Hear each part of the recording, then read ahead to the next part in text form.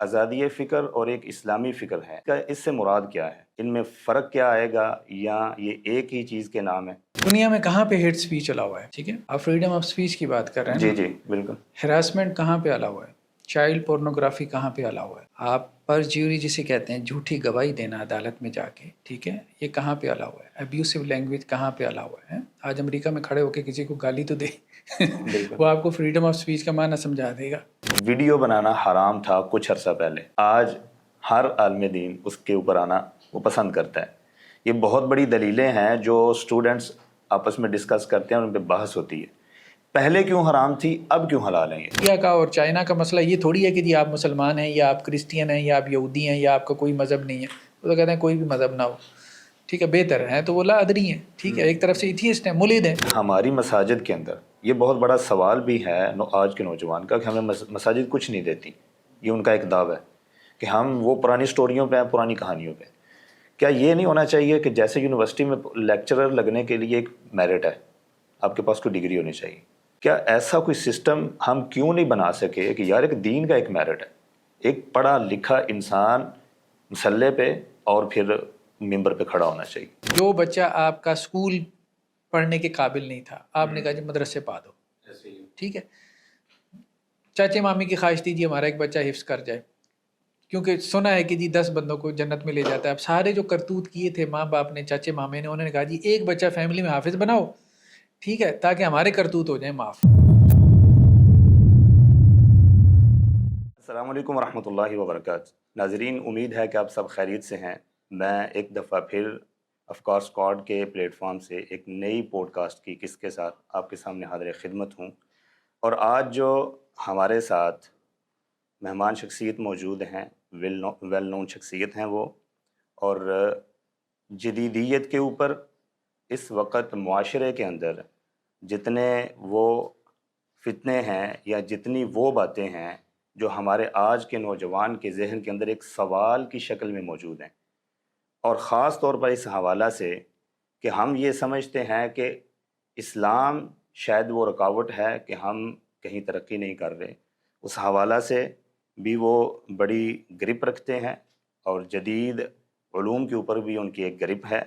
بہت ساری ایسی چیزیں ہیں، لیکن ہمارے ٹاپک سے ریلیٹ ہمارے ساتھ اس وقت جو مہمان شخصیت موجود ہیں ڈاکٹر حافظ محمد زبیر صاحب ہیں، جو کہ بہت ساری چیزوں کے اندر، علوم کے اندر وہ گرپ رکھتے ہیں، اور ایک ان کا بڑا کام ہے.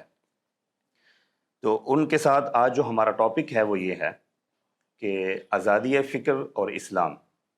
یہ ہمارے نوجوان کے ذہن میں بہت سارے سوالات ہیں. ہم کوشش کریں گے کہ وہ آسان سوالات، وہ کامن کویسچن جو نوجوان ڈھونڈ رہا ہے، ان کے سوال، ان کو آسان کر کے آپ تک پیش کیا جائے.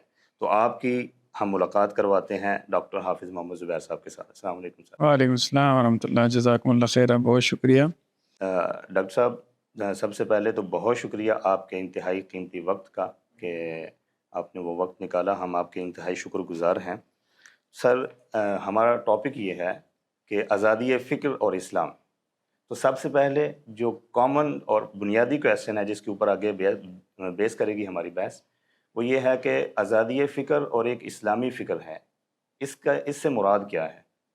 ان میں فرق کیا آئے گا یا یہ ایک ہی چیز کے نام ہے؟ بسم اللہ الرحمن الرحیم. دیکھیں، اسلام تو خیر بہرحال آزادی جو ہے اس کے مترادف کا لفظ تو نہیں ہے، ظاہری بات ہے. اسلام تو سر تسلیم خم کرنے کا نام ہے، ٹو سرنڈر. اللہ تعالیٰ کی جو ول ہے، اللہ تعالیٰ کی جو رضا ہے، اس کے سامنے آپ سرنڈر کر دیں، اس کو ہم اسلام کہتے ہیں. تو لیکن آزادی، جسے انٹلیکچول فریڈم عام طور پہ یہ لفظ بولا جاتا ہے آزادی فکر کے لیے، انٹلیکچول فریڈم یا ایکیڈیمک فریڈم کا، یا فریڈم آف ایکسپریشن، آزادی اظہار رائے، خاص طور پہ میڈیا کے پرسپیکٹو میں یہ ٹرم استعمال ہوتی ہے. تو بہرحال ہم یہ نہیں کہہ سکتے کہ دونوں کوئی ایک چیز ہیں. وہ ویسٹرن تھاٹ سے جس طرح سے فریڈم آف سپیچ کا ایک کانسیپٹ نکلا ہے، اور اس سے جو مراد لی جاتی ہے، بہرحال اس کو ہم از ایکول ٹو اسلام تو نہیں کہہ سکتے، کسی طور پہ بھی نہیں کہہ سکتے. ہاں، بنیادی طور پہ تو اسلام تو بیسیکلی جو ہے وہ آپ یوں کہہ لیں کہ انسانوں کی سوچوں سے آزادی کا نام ہے، تو اس حد تک بات ٹھیک ہے. کہ اسلام آپ کو آزاد کرتا ہے. کس معنی میں؟ کہ جو انسانوں کی جو سوچیں ہیں، ٹھیک ہے، ان سے آزاد کرتا ہے. لیکن یہ ہے کہ جو آپ کا کریٹر ہے، جو آپ کا مالک ہے، خالق ہے، اس کی جو رضا ہے، اس کی جو ول ہے، اس کا آپ کو پابند کرتا ہے. تو یہ بات ٹھیک ہے. یعنی ایک اعتبار سے اسلام کے اندر پابندی ہے، دوسرے اعتبار سے آزادی ہے. تمام انسانی سوچوں سے آپ کو آزاد کر دیا، تمام فلسفوں سے، افکار سے، نظریات سے، اور صرف ایک سوچ کا آپ کو پابند کیا، اور وہ خالق کی سوچ ہے. یعنی انسانی سوچ کے اوپر جو ہے وہ غالب نہیں ہو سکتی، یا انسانی سوچ کے اوپر حاکم نہیں ہو سکتی، گورن نہیں کر سکتی. صحیح. یعنی مطلب ہم انسان آپس میں برابر ہیں، جی. ٹھیک ہے. جب انسان برابر ہے تو ان کی سوچیں بھی برابر ہیں. اگر کوئی سوچ سپیریئر ہے انسانوں کی سوچ سے، انسانوں کے اوپر اگر کوئی سوچ جو ہے وہ حاکم ہے تو گورن کر سکتی ہے، تو وہ ان کے خالق کی سوچ ہے، کریٹر کی ہے. یہ بیسیکلی اسلام کا کانسیپٹ ہے. صحیح. یعنی آزادی فکر کے حوالے سے آزادی فکر یہ کی اسلام کا کانسیپٹ ہے. اور جو اس کے اپوزٹ ایک چیز ہے جو بہت زیادہ ہمارے معاشرے کے اندر ہے، کہ وہ کہتے ہیں کہ ہمیں آزاد سوچنے کا، اسلام نے تو ہمیں آزاد پیدا کی ہے، تو پھر ہم باؤنڈ ہو کر، حتیٰ کہ وہ اسلام کے اندر بھی باؤنڈ ہو کر سوچنے کا نہیں کہتے، وہ کہتے ہیں ہم آزاد ہو کر سوچیں گے. کیا آزادی فکر، یہ جو آزادی فکر ہے، یہ ٹھیک ہے؟ دیکھیں، جسے آپ کہتے ہیں کہ the absolute freedom of speech, absolute intellectual freedom, academic freedom, دنیا میں کہیں پہ بھی نہیں ہے. ٹھیک ہے. ٹھیک ہے. آپ کے جو ڈیموکریٹک ویلیوز ہیں ان کا ابا جی اس وقت یو ایس اے، امریکہ ہے. آپ مجھے بتائیں، اب ماشاء اللہ سے خود آپ کا بیک گراؤنڈ جو ہے وہ وکالت کا ہے، لا جی کا جی ہے. جی جی ماشاء اللہ سے آپ وکیل بھی ہیں، پریکٹس کر رہے جی. ہیں. ابھی پریکٹس ہائی کورٹ میں کر رہا ہوں. ہائی کورٹ میں کر رہے ہیں. جی جی. دنیا میں کہاں پہ ہیٹ سپیچ الاؤ ہے؟ ٹھیک ہے. آپ فریڈم آف سپیچ کی بات کر رہے ہیں جی نا. جی بالکل. ہراسمنٹ کہاں پہ الاؤ ہے؟ چائلڈ پورنوگرافی کہاں پہ الاؤ ہے؟ آپ پر جیوری جسے کہتے ہیں، جھوٹی گواہی دینا عدالت میں جا کے، ٹھیک ہے، یہ کہاں پہ الاؤ ہے؟ ابیوسو لینگویج کہاں پہ الاؤ ہے؟ آج امریکہ میں کھڑے ہو کے کسی کو گالی تو دے بالکل. وہ آپ کو فریڈم آف سپیچ کا معنی سمجھا دے گا. صحیح ہے. تو مطلب امریکہ میں بھی اس وقت 9 کے قریب آپ کہہ سکتے ہیں سپیچز ایسی ہیں جن کو بائی لا جو ہے وہ الاؤ نہیں کیا جاتا. ان میں یہ چائلڈ پورنوگرافی بھی ہے، ان میں یہ آپ کی جو ہے وہ ابیوسو لینگویج بھی ہے، ان میں بلیک میلنگ بھی ہے. بلیک میل بھی آپ کیسے کرتے ہیں لوگوں کو اپنے ورڈ. اس میں یہ بھی ہے کہ کسی کو جھوٹی گواہی کے لیے اکسانا. مطلب اب آپ تو دیکھیں، آپ یہ پاسبل ہی نہیں ہے. مطلب دنیا میں جتنے بھی قوانین ہیں مجھے بتائیں، کوئی دنیا کا کوئی بھی ملک ایسا جو ایبسلیوٹ آپ کو فریڈم دیتا ہو کہ جو چاہیں آپ بک دیں، جو چاہیں آپ کہہ دیں، آپ کسی کو بلیک میل کر دیں، کسی کی جو ہے. اب ڈیفیمیشن کیا چیز ہے؟ مثال حد کی عزت. حد کی عزت میں بنیادی طور پہ کیا ہے؟ فریڈم آف سپیچ نہیں ہونی چاہیے کہ میں کسی کو جو مرضی گالی دے دوں، ٹھیک ہے، اس کی ماں بہن ایک کر دوں. کوئی قانون دیتا ہے؟ نہیں دیتا. آپ کے سوشل میڈیا مجھے بتائیں، فیس بک، مطلب یہی ابا جی ہے نا، مطلب فریڈم آف سپیچ کی بات کریں. ٹویٹر ہو گیا، فیس بک ہو گیا، یوٹیوب ہو گیا، کتنے پیجز اڑاتے ہیں؟ Millions of pages. ٹھیک ہے. اب پچھلے دنوں میں نے حماس کے بارے میں ایک پوسٹ لگائی، حماس کے وہ جو اسماعیل ہنی، ان کی شہادت کے اوپر میں نے پوسٹ لگائی، اور مجھے فیس بک نے کہا کہ جی ہم نے آپ کی پوسٹ ریموو کر دی. کیوں؟ کیونکہ ہماری جو سوشل وہ گائیڈ لائنس ہیں، سوسائٹی کی جو گائیڈ لائنس ہیں، ان کے اگینسٹ جا رہی ہے. میں نے کشمیر کے بارے میں پوسٹ لگائی، ٹھیک ہے، انڈیا کے خلاف نہیں، کشمیر کے حق میں نے پوسٹ لگائی، اور انہوں نے مجھے 2 مہینے کے لیے بین کر دیا فیس بک نے. اچھا. تو مجھے بولتے کہ فریڈم سپیچ کہاں پر ہے؟ کہاں پر ہے دنیا میں؟ کہاں پر ہے؟ سوشل میڈیا پہ ہے، میس میڈیا میں ہے، ٹھیک ہے، حکومتیں دے رہی ہیں، کوئی اسٹیٹ آپ کو دے رہی ہے، کوئی دنیا کا قانون آپ کو دے رہا ہے. بھائی ایبسلیوٹ فریڈم جسے آپ کہتے ہیں، ٹھیک ہے، وہ کہیں کہیں آپ کو کوئی نہ کوئی فریڈم دے دیتا ہے، لیکن کہیں پہ وہ آپ کو پابند بھی کرتا ہے. قانون تو نام ہی پابندی کا، مجھے بتائیں. قانون تو نام ہی پابندی کا ہے نا. بالکل ٹھیک ہے. قانون کا دوسرا ترجمہ آپ کہہ سکتے ہیں جی آپ کو پابند کیا جا رہا ہے. ٹھیک ہے. تو پابندی کے بغیر تو سوسائٹی جو ہے وہ کیا انارکی، فتنہ، فساد کا شکار ہو جائے گی. تو یہ جو ایبسلیوٹ فریڈم کا کانسیپٹ ہے، آپ مذہب میں کیوں آ کے لینا چاہتے ہو؟ مجھے بتائیں. دنیا کا کوئی قانون آپ کو دینے کو تیار نہیں ہے. لیکن وہ جو ہماری کنفیوژن ہے نا، وہ یہ ہے کہ اسلام ایسی پابندیاں عائد کر دیتا ہے بندے کے اوپر کہ ان کی وجہ سے شاید ہم کوئی نئی سوچ نہیں سوچ سکتے؟ کیونکہ آپ کو بھی پتہ ہے کہ بہت سارے سائنسدان ہیں، الرازی ہیں، وہ کہتے ہیں ان کے سر کے اندر کتابیں مار مار کے اس کی وجہ سے وہ مر گئے تھے، انہوں نے ایک نئی کتاب لکھ دی تھی، ٹھیک ہے. اور گلیلیو ہے، اس کے ساتھ بھی بہت کچھ ہوا، ابن رشد کے ساتھ بھی. یہ ساری چیزیں بیان کر کے وہ کہتے ہیں کہ اسلام ایسی ہم پابندیاں عائد کر دیتا ہے جس کی وجہ سے نئی سوچ پیدا نہیں ہو سکتی. اس کو بدعت کے زمرے میں ڈال کر آج کا مسلمان اس کو کافر قرار دے دیتا ہے. نہیں، دیکھیں اسلام کے اندر جو کریٹو تھنکنگ ہے اس کو اپریشیٹ کیا گیا، ٹھیک ہے، اس کا انکار نہیں ہے. ٹھیک ہے، ٹھیک ہے، تو یہ بڑی سٹیٹمنٹ ہے. ہاں، اب یہ کہنا کہ جی اسلام جو ہے وہ کوئی سائنس دشمن مذہب ہے تو ایسا نہیں ہے، ایسا بالکل نہیں ہے. مجھے بتائیں قرآن میں کتنی آیات ہیں جو یہ کہتی ہیں کہ کائنات میں غور و فکر کرو، ٹھیک ہے. ان فی خلق السماوات والارض واختلاف اللیل والنہار لآیات لأولی الالباب. یہ عقل والے ہیں جو زمین اور آسمان کی پیدائش میں غور و فکر کرتے ہیں، اس کی کریشن میں، creation of the heaven and earth, ٹھیک ہے. تو اللہ تعالیٰ تو بار بار تفکر، قرآن کی بڑی اصطلاحات میں سے تفکر ہے. تو قرآن نے تو 1400 سال پہلے جب کہ لوگوں کا ذہن بند کیا جا رہا تھا اس وقت کہا کہ غور و فکر کرو، ٹھیک ہے. اللہ کے رسول صلی اللہ علیہ وسلم کی زبانی کہلوایا جاتا تھا کہ غور و فکر کرو، ٹھیک ہے. قل انما اعظکم بواحدۃ ان تقوموا للہ مثنی وفرادا ثم تتفکروا. میں تمہیں واعظ کرتا ہوں، نصیحت کرتا ہوں، ایک ایک کر کے، دو دو کر کے کھڑے ہو جاؤ، پھر غور و فکر کرو.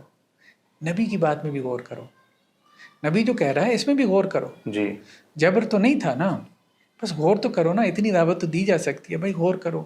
اکیلے بیٹھ کے کر لو، دو مل کے غور کر لو کہ تمہارے نبی ٹھیک بات کر رہے ہیں کہ نہیں کر رہے.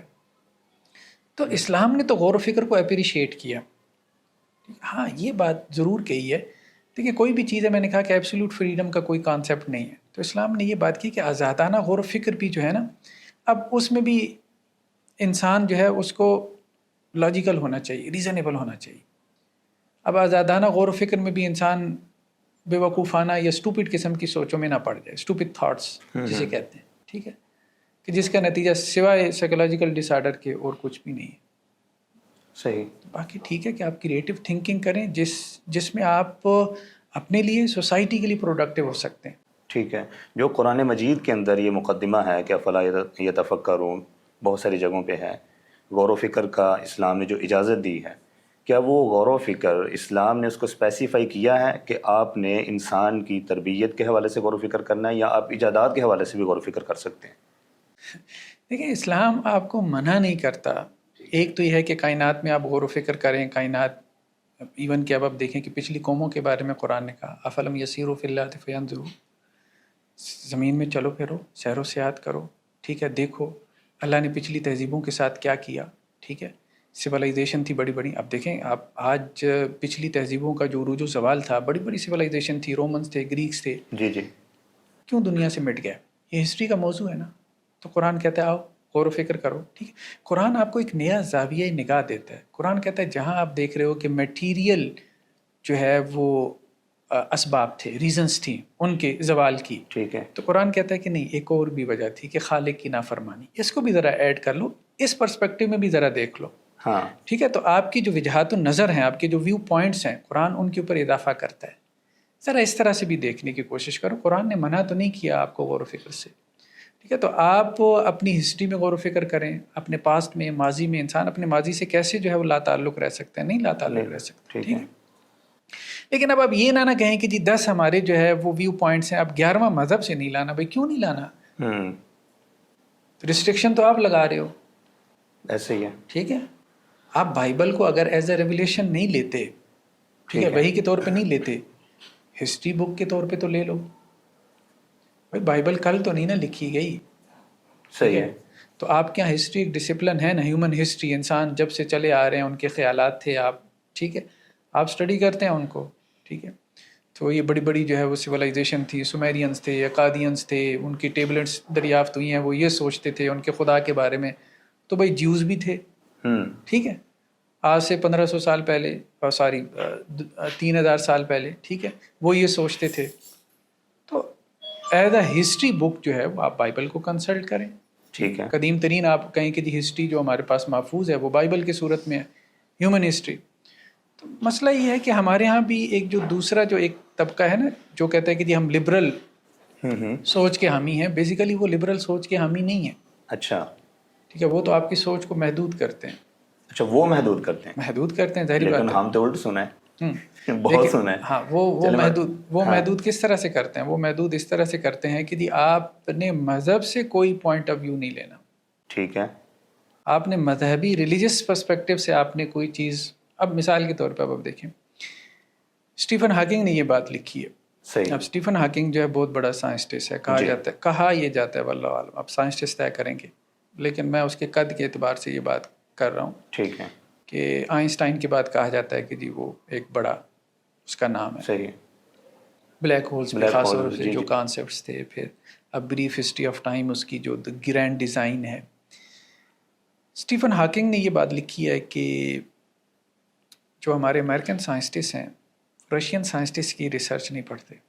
اچھا. ہاں، باعث ہیں. یہ اسٹیفن ہاکنگ کی اسٹیٹمنٹ ہے. ہاں بالکل، میں نے کہا بائسنس ہے ہمارے لوگوں میں، چونکہ وہ رشینز ہیں. ٹھیک ہے، اور کیپٹلزم اور کیمینزم کا آپس میں وہ ہے.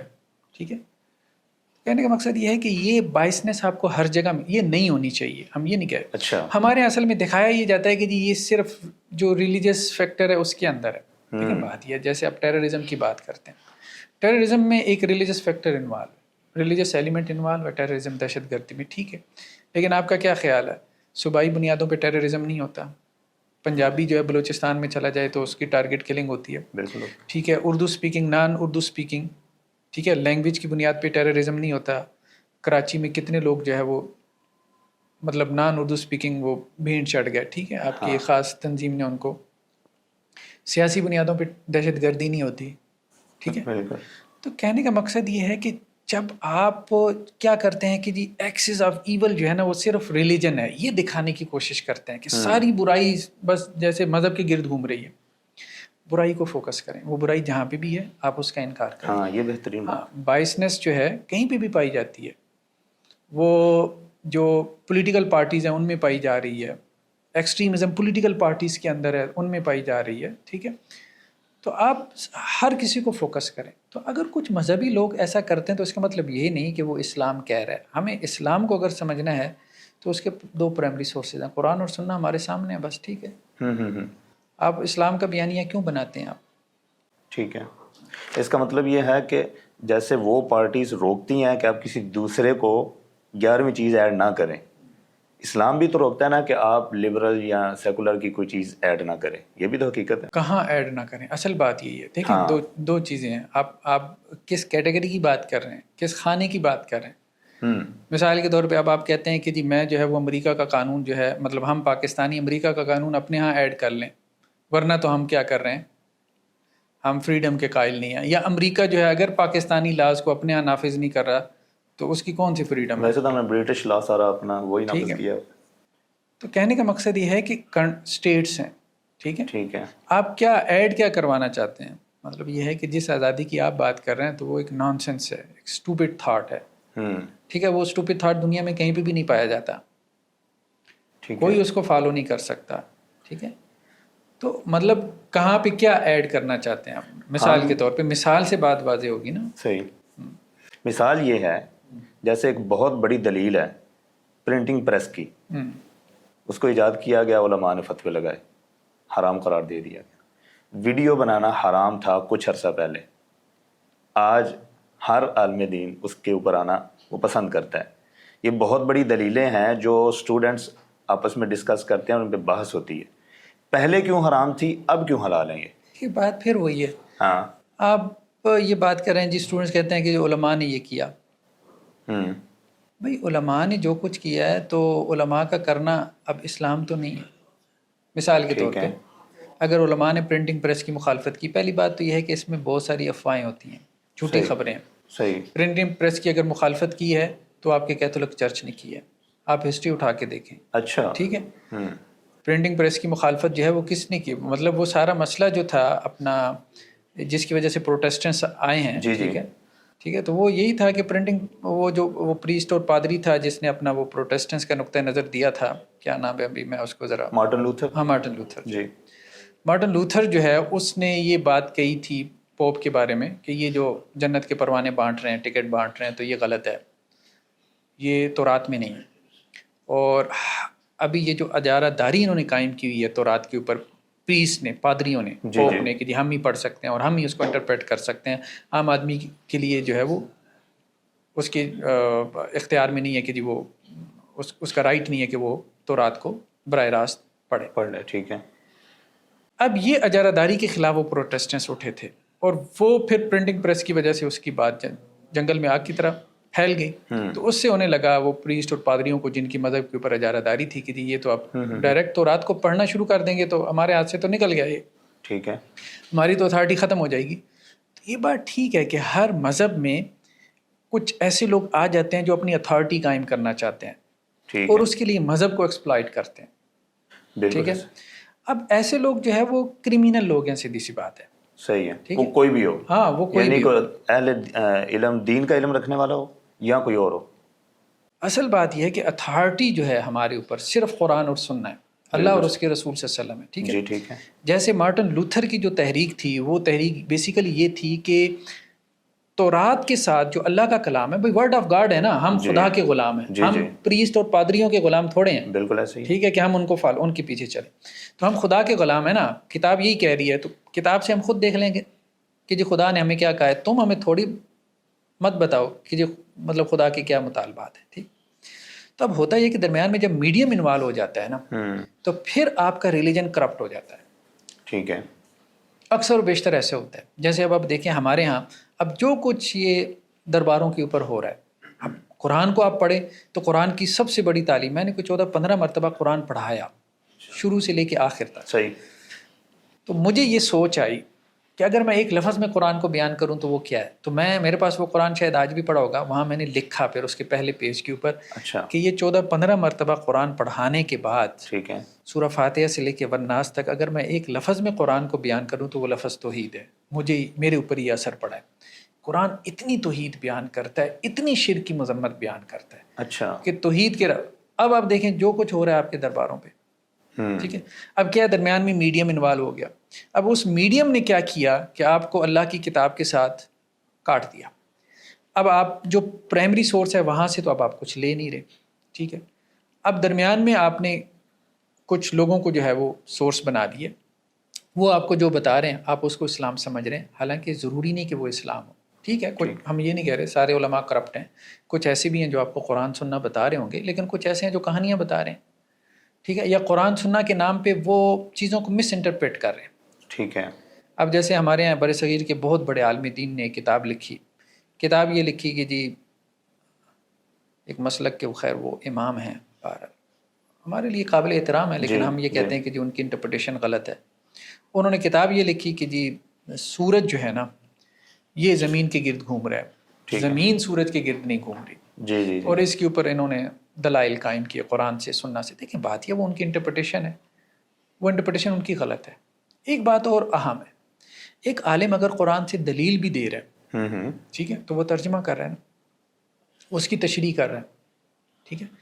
تو بعض اوقات جو اس کا ترجمہ ہوتا ہے نا یا اس کی جو انٹرپریٹیشن ہوتی ہے وہ غلط ہوتی ہے، وہ صحیح نہیں ہوتی.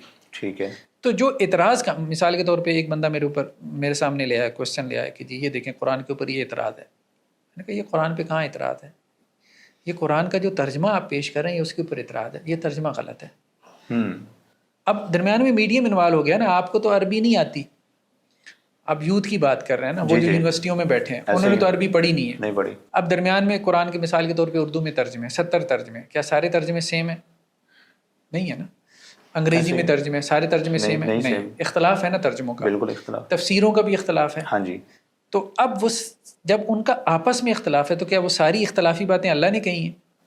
نہیں. ان کو سمجھنے میں کسی کو غلطی لگی ہے. بالکل. اسی طرح سے قرآن کا ترجمہ یہ ہمارے ایگریڈ اپان ہے، کنسنسس ہے اس کے اوپر. قرآن کا ترجمہ قرآن نہیں ہے.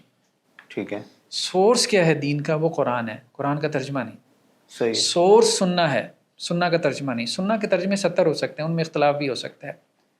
ٹھیک ہے. اب ڈاکٹر صاحب ایک عام بندہ جس نے جو عربی نہیں جانتا، کچھ بھی نہیں جانتا، وہ بیٹھ کے دین کو سمجھنا چاہ رہا ہے.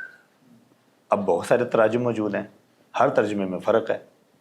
وہ کون سا سورس ہے جس سے عام انسان وہ ڈائریکٹ اچھا اور بہترین دین سمجھ سکتا ہے؟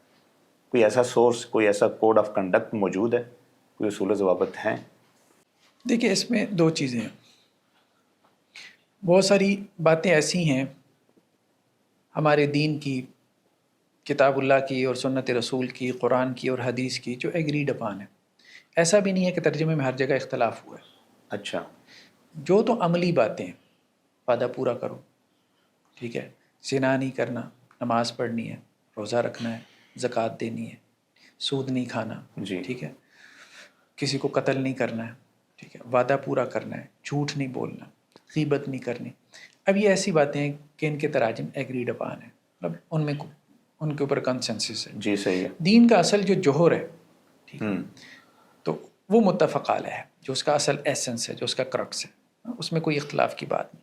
اختلاف کی باتیں تب بھی آتی ہیں کہ جب آپ مطلب قرآن اور سائنس اور اس قسم کے جب موضوعات لے کے آتے ہیں نا. اچھا. اور آپ قرآن سے کبھی پورٹل ثابت کرنے کی کوشش کرتے ہیں، کبھی قرآن سے جو ہے وہ آپ قرآن کو جو ہے وہ سائنس کے خلاف ثابت کرنے کی کوشش کرتے ہیں، کبھی قرآن کو جو ہے وہ سائنس کے حق میں جو ہے وہ استعمال کرنے کی کوشش کرتے ہیں. انسانوں کے افکار ہیں، نظریات ہیں، کبھی وہ چیزیں قرآن سے نکل رہی ہوتی ہیں، کبھی نہیں نکل رہی ہوتی. ٹھیک ہے. تو وہاں آ کے اصل میں وہ جو نظریات کا، یعنی انسان کا ایک آپ کہہ لیں نا کہ ایک جیسے جو ہے ٹھرک سا ہے، ٹھیک ہے، کہ مطلب وہ کائنات کی جستجو میں لگا ہوا ہے مثال کے طور پہ، ٹھیک ہے، وہ کائنات کے رازوں کو پانا چاہتا ہے. اب ایسی چیزیں قرآن کا ڈائریکٹ موضوع نہیں ہے. قرآن کا ڈائریکٹ موضوع کیا ہے؟ ہماری آخرت، ہمارے اخلاق، ہمارے ایتھکس، ہمارا اللہ کے ساتھ تعلق، یعنی جسے ہم عبادت کہتے ہیں. صحیح ہے. ہمارے انسانوں کے ساتھ تعلق جسے ہم اخلاقیات کہتے ہیں. اس میں قرآن بالکل واضح ہے، بہت کلیئر کٹ ہے، اس میں اختلاف نہیں ہوتا. اور وہ ایسی چیزیں ہیں جو شاید دنیا بھی ان کو مانتی ہے اکثر و بیشتر. سمجھ آ گئی. ہم کیا یہ کہہ سکتے ہیں کہ اسلام کا تعلق صرف ایمان کے ساتھ ہے، اس سے بڑھ کر ہم آگے نہیں جا سکتے؟ نہیں، ایسی بات نہیں ہے. دیکھیں قرآن کے 3 جو ہے وہ میجر سبجیکٹس ہیں. اچھا. ایمانیات بھی، کہ آپ کا اللہ کے ساتھ جو تعلق ہے، اور دوسرا جو ہے وہ عبادات بھی، ٹھیک ہے، اور تیسرا اخلاقیات. 3 میجر ہیں. 3 میجر ہیں. 3 میجر ہیں. باقی دیکھیں کچھ چیزیں ایسی ہیں جن کو قرآن نے ٹچ کی ہے. صحیح. ٹھیک ہے. جیسے مثال کے طور پہ ماضی کے قصے ہیں، پچھلی قومیں، قوم عاد، قوم ہود کا تذکرہ کیا. اب وہ قوم عاد اور قوم ہود یہ وہی ہیں؟ یا قوم فرعون کا تذکرہ کیا تو کیا یہ فرعون وہی ہے جس کی ممی آج جو ہے وہ پڑی ہوئی ہے مصر کے جو ہے وہ میوزیم کے اندر؟ جی. تو ماضی کی قوموں کی جب ہم اس کی تطبیق کرتے ہیں، ٹھیک ہے، قرآن کی آیات کی، یا اسی طرح سے قرآن جو ہے وہ سائنس کی کچھ باتیں کرتا ہے، ہاں، یا فیوچر کے بارے میں کچھ پروڈکشنز کرتا ہے، تو جب ہم ان کی اپلیکیشن کرتے ہیں، ان کی انٹرپریٹیشن کرتے ہیں، تو اس میں اختلاف ہو جاتا ہے، کیونکہ وہ قرآن کا اس طرح سے ڈائریکٹ موضوع نہیں ہے. صحیح. ٹھیک ہے، اس میں ایک سے زیادہ آراء ہو جاتی ہیں، تو اس میں انسسٹ کرنے کی وجہ سے لوگ ادھر ادھر نکل جاتے ہیں.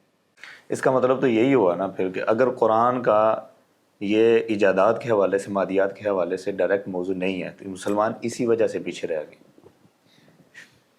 اصل میں دیکھیں بات یہ ہے کہ قرآن کا جو یا دین کا اصل سبجیکٹ کیا، اصل جی موضوع کیا؟ جی جی. دین کا اصل سبجیکٹ اور اصل موضوع جو ہے وہ اس کی اخروی فلاح ہے. اصل موضوع اس کی ٹھیک ہے، اخروی فلاح. کیا دنیاوی فلاح، دنیا کی ویلفیئر، کیا یہ ہمارے دین کا موضوع نہیں ہے؟ نہیں، یہ بھی دین کا موضوع ہے. ٹھیک ہے. لیکن دین نے نا اپنی اپروچ کو پریکٹیکل رکھا ہے، تھیوریٹیکل نہیں رکھا. ٹھیک ہے. ٹھیک ہے. اچھا، پھر یہ جو بات اب آپ کی ہے ترقی ایک ریلیٹیو ٹرم ہے. صحیح. ٹھیک ہے. اب مثال کے طور پہ ہم یہ بات کرتے ہیں کہ جی عورت کو جو حقوق قرآن نے دیے آج سے 1400 سال پہلے، جی. اس وقت عورت کا کیا حق تھا؟ بالکل کوئی حق نہیں. بالکل ایسے ہی. تو بہت ساری چیزیں اب آپ کو، ہم بلکہ اسلام سے پہلے کے ٹائم کو ہم کیا کہتے ہیں؟ ٹائم آف اگنورینس، دور جاہلیت کا ٹائم تھا. اور انلائٹمنٹ تو اسلام کے آنے سے آئی ہے. صحابہ کرام بھی جب نکلے تھے تو وہ کیا کہتے تھے کہ جی ہم انسانوں کی غلامی سے نکال کے رب کی غلامی میں لانا چاہتے ہیں. ٹھیک ہے. اب مسئلہ یہ ہے کہ اسلام کی جو اپروچ ہے نا، وہ اس کو سمجھنے کی ضرورت ہے، وہ پریکٹیکل ہے. اسلام کے جتنے بھی احکامات ہیں، شرعیہ لا ہیں، اگر آپ ان کے اوپر غور کریں، جی. مثال کے طور پہ قتل سے منع کیا گیا، سیکیورٹی آف لائف ہے. ٹھیک ہے. ٹھیک ہے. اب آپ کے یہاں پاکستانی کیوں جانا چاہتے ہیں یورپ میں، یو اے میں کیوں جانا چاہتے ہیں؟ لائف کی سیکورٹی نہیں ہے یہاں پہ. باہر نکلو پتہ ہی نہیں ہے, بندہ پھڑکا دے. ایسے ہی ٹھیک ہے. مطلب ترقی یافتہ جو ممالک ہیں وہاں کے بارے میں کہا جاتا ہے, یا لوگ وہاں کیوں مائیگریٹ کرنا چاہتے ہیں, وہاں کا آپ کہہ رہے ہیں کہ کیوں وہ حاصل کرنا چاہتے ہیں گرین کارڈ فلاں دس اینڈ دیٹ ہیں, انہیں لگتا ہے کہ وہاں سیکورٹی ہے, انہیں لگتا ہے, بیان کرتے ہیں, چلو بیان کرتے ہیں, بہت اچھی بات. اب قصاص کا قانون قرآن نے اس لیے بیان کیا, قصاص وَلَكُمْ فِي الْقِصَاصِ حَیَاۃٌ, زندگی ہے. ٹھیک ہے, قصاص لو یعنی قاتل کو مطلب ہینگ کرو, لٹکا دو. ٹھیک ہے, کیونکہ ایک کو لٹکاؤ گے تو ہزاروں کو عبرت ہوگی. ہاں. اب وہ کیا کہہ رہے ہیں, وہ ڈیتھ پینلٹی کو ختم کر رہے ہیں. ٹھیک ہے, کیپٹل پنشمنٹ اس کو کہتے ہیں نا. وہ یورپی یونین جو ہے وہ دباؤ ڈال رہی ہے, بہت سے ممالک میں انہوں نے ختم کر دی ہے. وہ تو یہ کہہ رہے ہیں کہ جی بس سائیکولوجیکل ڈس آرڈر ہے, اندر ڈال دو, امپریزمنٹ کر دو آپ. ٹھیک ہے, تو اب اس کی وجہ سے کیا سیریل کلر پیدا ہو رہے ہیں. ٹھیک ہے, آپ اس کو سائیکالوجسٹ مہیا کر دیں گے, اس کی کاؤنسلنگ کریں گے, 2 سال بعد وہ باہر نکل آیا, 5 بندے اور پھڑکا دے گا. مطلب یہ واقعات وہاں بھی آپ کو دیکھنے کو مل رہے ہیں نا. ایک بچہ آتا ہے اپنے اسکول یا کلاس فیلو کے 18-20 بچوں کو مار دیتا ہے فائرنگ کر کے. ٹھیک, ہمارے یہاں بھی ہے کلنگ شلنگ, لیکن اتنا نہیں ہے. صحیح بات ہے, لوگوں نے صرف جو ہے نا وہ امریکہ کو یہ سمجھ رکھا ہے کہ جی شاید وہاں پہ لائف بڑی سیکیور ہوتی ہے, وہاں جو کالے ہیں نا بس صرف کالے کا نام لے لو. اچھا.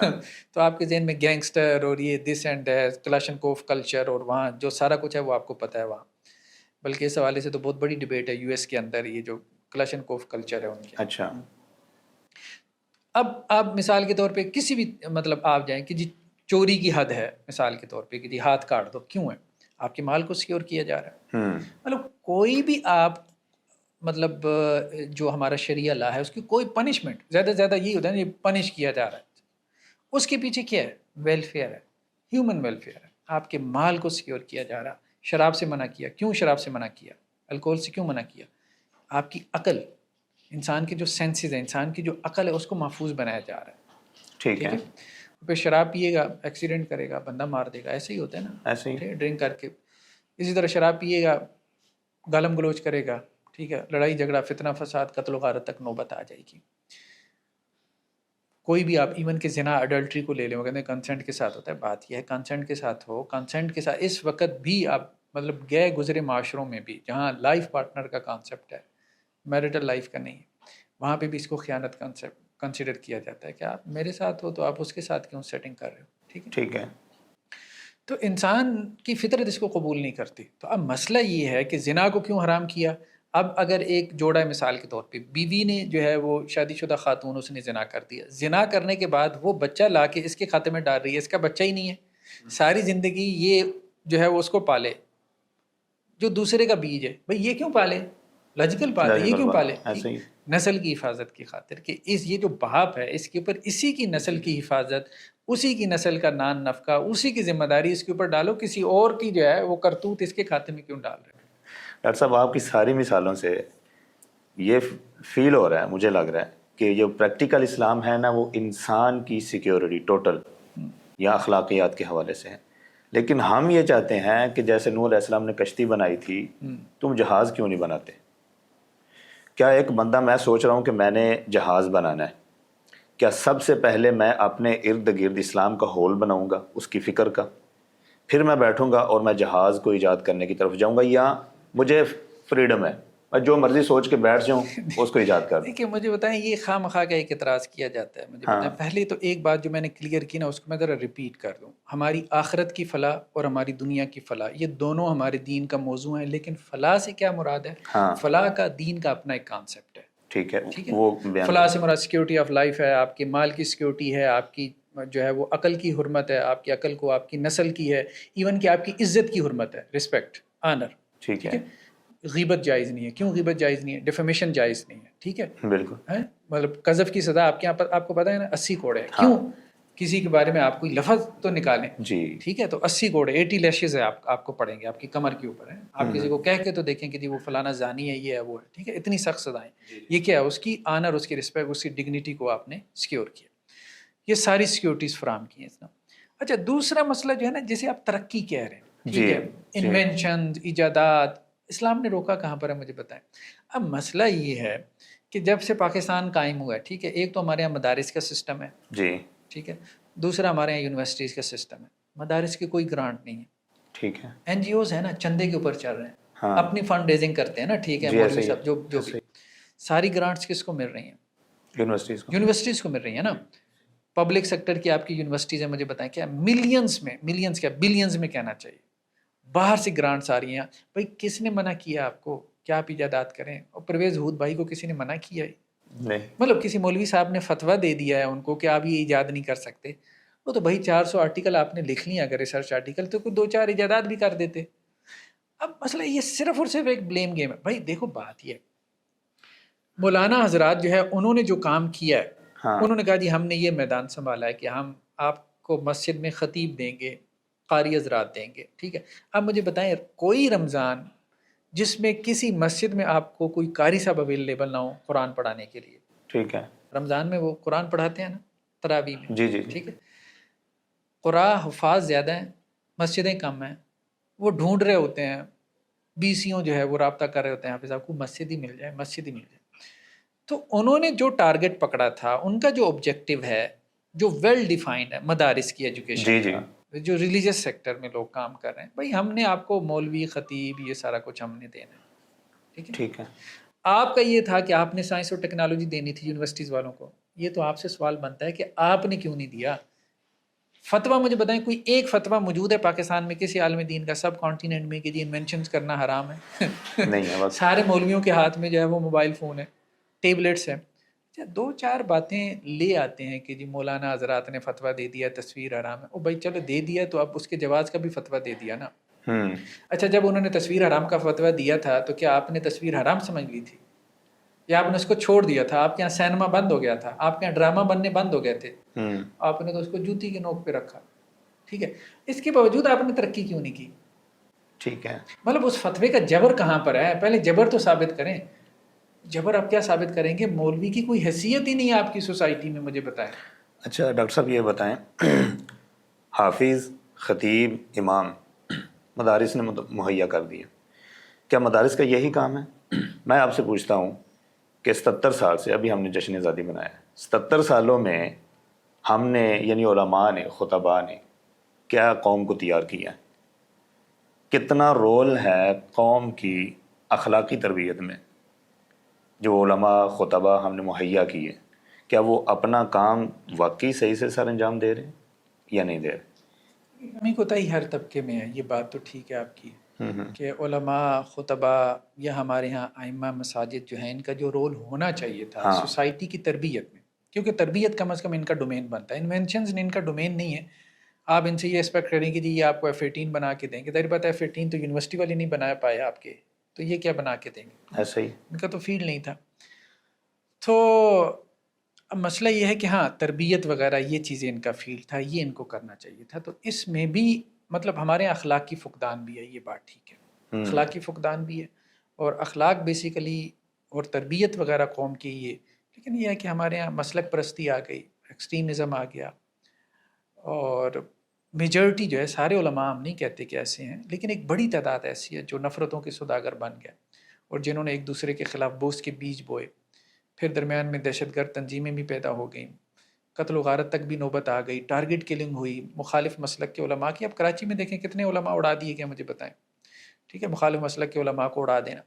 تو یہ بہرحال جو ہے ایک الارمنگ سچویشن ہے, یہ نہیں ہونا چاہیے. دین کے نام پہ اتنا تفرقہ, تو دین تو یہ کہتے ہیں بھائی اب ٹالرنس پیدا کریں. اس ایکسٹریمزم کا ذمہ دار کون ہے جو مذہبی طبقہ کی طرف سے ہوتا ہے؟ کسی کو ہم ٹھہرا سکتے ہیں کہ نہیں؟ دیکھیں متعین طور پہ اب آپ کس کو کہہ سکتے ہیں؟ متعین طور پہ تو آپ کسی کو نہیں کہہ سکتے. آپ یہ بات ضرور کہہ سکتے ہیں کہ ہمارے اسلامی تعلیمات کو ہم ذمہ دار ٹھہرا سکتے ہیں؟ نہیں, اسلامی تعلیمات میں تو اس قسم کی ایکسٹریمزم نہیں ہے. اچھا, ہاں اسلامی تعلیمات میں تو نہیں ہے. ہاں اسلامی تعلیمات کی اب آپ کہیں کہ جی کوئی ایسی انٹرپریٹیشن کر لے, ٹھیک ہے, ایسی انٹرپریٹیشن کر لے کہ جس کی وجہ سے وہ ایکسٹریمزم پیدا کر لے یا دکھا دے, صحیح ہے, تو پھر تو بات. مجھے بتائیں اب آپ, ہمارے ہاں قرآن کے بعد جسے کہتے ہیں کہ جی سب سے بڑا جو صحیح کتاب ہے وہ صحیح بخاری ہے, ٹھیک ہے, اسلام کے سورسز میں, کیونکہ قرآن کے بعد دوسرا بڑا سورس رسول اللہ صلی اللہ علیہ وسلم کی سنت ہے, اور رسول اللہ صلی اللہ علیہ وسلم کی سنت کی جو اتھینٹک ترین کتاب ہے وہ صحیح بخاری, صحیح حدیث کی کتاب. اب صحیح بخاری میں جن کو ڈیویٹڈ سیکٹس کہتے ہیں, قدریہ ہیں, مرجیہ ہیں، خوارج ہیں ایون کے، اور اس میں پھر اور بھی کئی ایک ہیں ایسے بھی ہیں جو جنہیں واقفین کہتے ہیں، اور بہت سارے ہیں. کہیں کسی آرٹیکل میں نے ان کا تذکرہ کیا تھا. ایون روافظ ہیں اہل تشیع میں سے جو ایکسٹریمسٹ ہوتے ہیں. تو ان سب سے روایتیں لی گئی ہیں صحیح بخاری میں. ٹھیک ہے. سب سے روایتیں لی گئی. تو امام بخاری علیہ رحمہ جو ہے انہوں نے یہ نہیں دیکھا جب انہوں نے علم حاصل کرنا تھا کہ جی اب یہ ہمارے نزدیک کوئی بدتی فرقے سے تعلق رکھتا ہے تو ہم نے اس سے دین نہیں لینا. تو ہمارے ہاں ٹھیک ہے، آپ یوں کہہ سکتے ہیں کہ ہماری ہسٹری میں بھی ایسا ہوا ہے کہ کچھ لوگ ایسے تھے جو ایکسٹریمزم پہ چلے گئے. صحیح ہے. دین کی انٹرپریٹیشن میں کچھ لوگ چلے گئے. ٹھیک ہے. لیکن میرے خیال میں اوور آل ہمارے دین کا یہ مزاج نہیں ہے کہ آپ ایکسٹریمزم کی طرف جاؤ.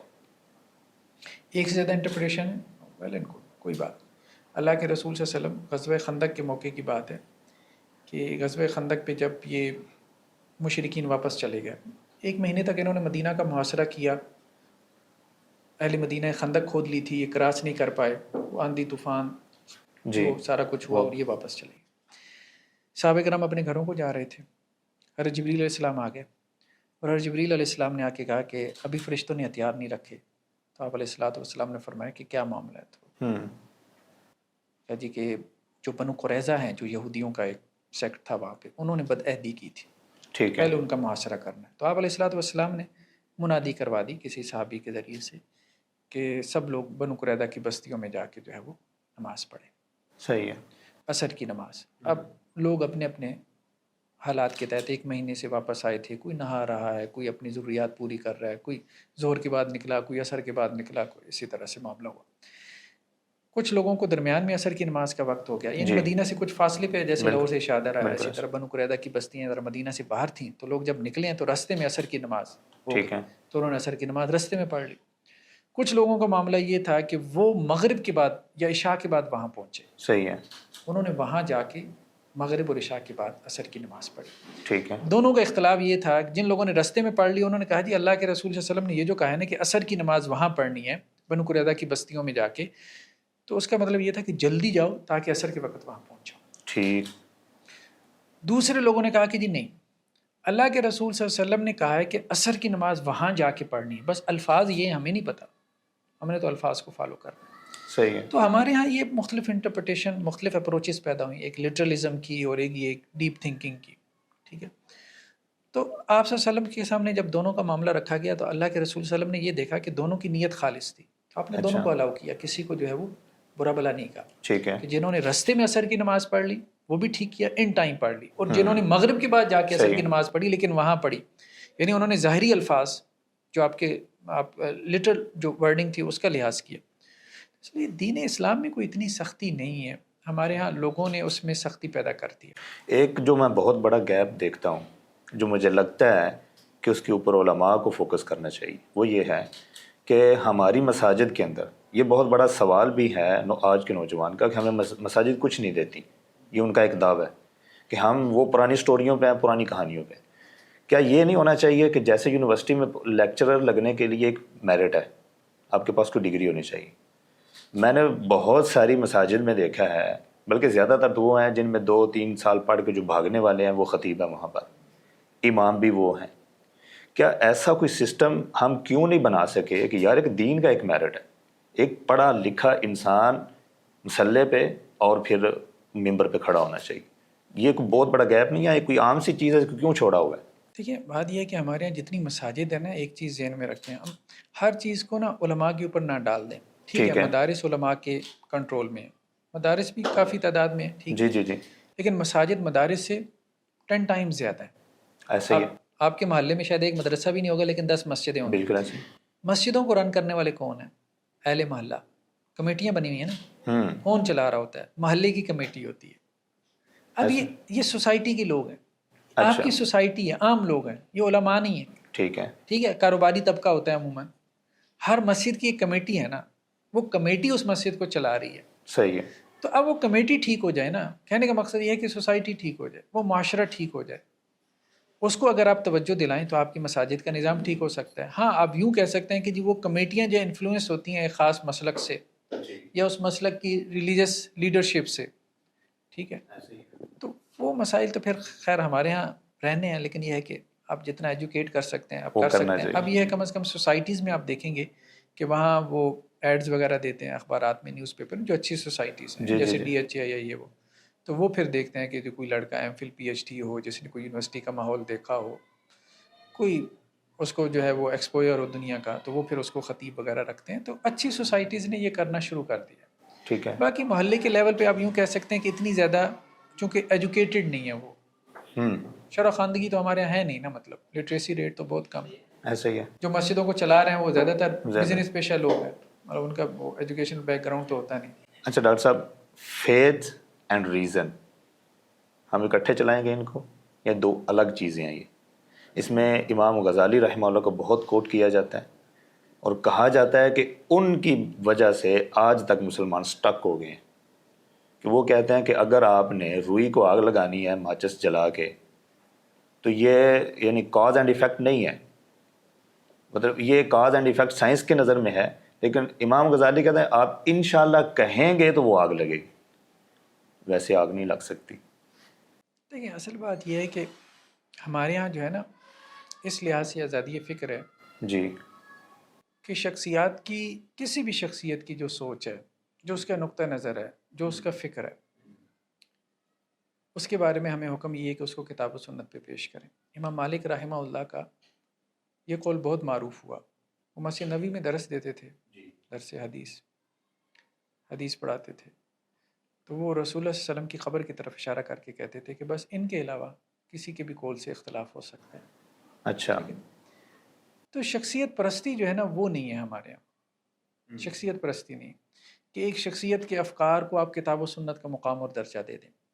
اچھا یہ بدقسمتی سے ہمارے یہاں ایک بدعت پیدا ہو گئی ہے، یعنی مختلف سکولز بن گئے، مختلف مسالک بن گئے، مختلف مذاہب بن گئے، جن میں کچھ لوگوں کی آراء کو، کچھ ائمہ فقہا وہ واقعتاً بڑے تھے، علم میں بہت بڑے تھے، ان کی آراء کو وہی درجہ دے دیا گیا جو کتاب و سنت کا درجہ ہوتا تھا. یہ نہیں. دیکھیں کسی کی بھی رائے سے اختلاف کیا جا سکتا ہے، وہ غزالی ہوں، وہ ابن تیمیہ ہوں، وہ امام ابو حنیفہ ہوں، وہ امام شافعی ہوں، وہ امام احمد بن حنبل ہوں، وہ امام مالک ہوں، ٹھیک ہے، وہ امام بخاری ہوں، امام مسلم ہوں، کسی کی بھی رائے. ہاں اس کے لیے آپ کو کرنا کیا ہے، آپ کو یہ دیکھنا ہے کہ یہ کتاب و سنت کے موافق ہے کہ نہیں، دلیل قائم کرنی ہے. حضرت عبداللہ ابن عباس رضی اللہ عنہ جو ہے انہوں نے جو ہے وہ کوئی مسئلہ بیان کیا، تو ان کے سامنے جو صاحب تھے وہ کہنے لگے کہ جی حضرت ابو بکر اور حضرت عمر کا یہ قول ہے. تو انہوں نے کہا کہ مجھے اندیشہ ہے کہ آسمان سے پتھروں کی بارش نازل نہ ہو جائے تمہارے اوپر. میں یہ کہتا ہوں کہ رسول اللہ صلی اللہ علیہ وسلم نے یہ کہا، ہاں. اور آپ لوگ یہ کہتے ہو کہ ابو بکر اور عمر کا یہ قول ہے. یہ رفع الملام کتاب ہے امام ابن تیمیہ علیہ رحمہ کی، اس میں انہوں نے اس قسم کے کافی واقعات ذکر کیے. تو بیسیکلی ہمارے دین یا ہمارے جو سلف تھے، سلف صالحین، جنہوں نے اس دین کو، کتاب و سنت کو رسول اللہ صلی اللہ علیہ وسلم سے سمجھا، وہ تو حضرات صحابہ کرام ہیں، آپ صلی اللہ علیہ وسلم کے براہ راست شاگرد ہیں. تو حضرات صحابہ کرام کی جو میتھڈالوجی تھی، ریسرچ میتھڈالوجی، وہ یہی تھی. کسی کا بھی فہم جو ہے، کسی کی بھی انڈرسٹینڈنگ بائنڈنگ نہیں ہے آپ کے لیے کتاب و سنت کی. کسی سے مراد اینی باڈی، اینی باڈی ہاں رسول اللہ صلی اللہ علیہ وسلم کے بعد. ہاں، حضرت ابو بکر ہو، حضرت عمر ہو، حضرت عثمان ہو، اچھا. حضرت علی، ٹھیک ہے، ٹھیک. کسی کی بھی انڈرسٹینڈنگ آپ کے لیے بائنڈنگ نہیں ہے. اگر آپ یہ سمجھتے ہو، کوئی عالم، آپ سے مراد عالم، اگر وہ یہ سمجھتا ہو کہ یہ جو انڈرسٹینڈنگ ہے یہ صحابی کی ہے یا کسی کی بھی ہے، یہ قرآن و سنت کے خلاف جا رہی ہے، ٹھیک ہے، یہ سلف کا رویہ تھا، یہ ان کی اپروچ تھی. ٹھیک ہے. یعنی اب آپ دیکھیں نا، حضرت عبداللہ ابن عباس وہ یہ کہہ رہے ہیں، جی جی ایسے ہی. وہ خود یہ کہہ رہے ہیں کہ بھائی اصل بات یہ نہیں ہے کہ ابو بکر اور عمر رضی اللہ عنہ کو کیا سمجھ میں آئی، اصل بات یہ ہے کہ رسول اللہ صلی اللہ علیہ وسلم نے کیا کہا. ٹھیک ہے. حضرت عبداللہ ابن عمر رضی اللہ عنہ، ان سے کسی نے پوچھا جی حج تمتع جائز ہے؟ حج تمتع کہتے ہیں کہ جی آپ ایک ہی سفر میں آپ عمرہ کریں اور پھر حج کر لیں، ایک ہی وزٹ میں عمرہ کے ساتھ حج بھی کریں. ویسے تو عام طور پہ صرف حج کیا جائے تو اس کو حج افراد کہتے ہیں، دونوں کو اکٹھا کر لیں تو پہلے عمرہ اور پھر اس کے بعد حج، تو اس کو حج تمتع کہتے ہیں، دو احرام کے ساتھ. انہوں نے کہا بھی کرو، اچھی بات ہے، حج تمتع کرو. انہوں نے کہا جی آپ کے والد عمر یہ کہتے ہیں کہ حج تمتع نہیں کرنا. اچھا. تو اس پہ ناراض ہوئی ہے. اسے کہا کہ بتاؤ اللہ کے رسول صلی اللہ علیہ وسلم نے کی ہے؟ جب اللہ کے رسول نے کیا ہے تو تم میرے والد کی رائے کی طرف کیوں جا رہے ہو؟ اللہ کے رسول صلی اللہ علیہ وسلم کی رائے کی طرف کیوں نہیں جا رہے؟ تو صحابہ کرام میں ایک نہیں بیسیوں مثالیں، بیسیوں مثالیں ایسی، ٹھیک ہے. اب حضرت عمر رضی اللہ عنہ مثال کے طور پہ انہوں نے یہ بات کہہ دی کہ جی عورت جو ہے اگر اس کا شوہر مطلب وہ مارا جائے، مقتول ہو جائے، کلڈ پرسن، جیسے کہ کسی نے مار دیا، تو اب یہ ہے کہ قانونی قصاص ہے. اگر کوئی قصاص نہیں لینا چاہتے وہ رسا تو وہ دیت دیں گے. مطلب جو قاتل ہے وہ کیا کرے گا؟ 100 اونٹ اس کے برابر قیمت دے گا. تو حضرت عمر رضی اللہ عنہ فیصلہ دیا کہ یہ وہ جو مقتول ہے اس کے وہ رسا میں تقسیم ہوگی، بیوی کو نہیں جائے گی دیت. تو ایک صحابی نے کہا کہ جی نہیں، اللہ کے رسول صلی اللہ علیہ وسلم نے ہمارے فیصلہ کیا تھا، اور ضحاک بن سفیان ان کا نام تھا. ایک صاحب اشیم زبابی جو ہے، آپ صلی اللہ علیہ وسلم نے وہ مارے گئے تو ان کی بیوی کو اللہ کے رسول صلی اللہ علیہ وسلم نے دیت دلوائی.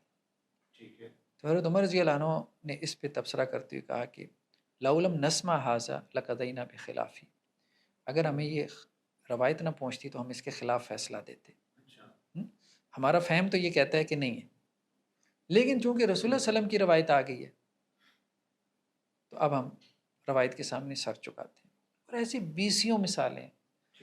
حضرت ابو موسیٰ اشعری رضی اللہ عنہ آ گئے، 3 دفعہ اجازت طلب کی حضرت عمر رضی اللہ عنہ سے، تو حضرت عمر رضی اللہ عنہ نے اندر سے نہیں بولے تو وہ واپس چلے گئے. تو حضرت عمر رضی اللہ عنہ نے پیچھے غلام دوڑایا، کون آیا تھا؟ بلا کے لاؤ.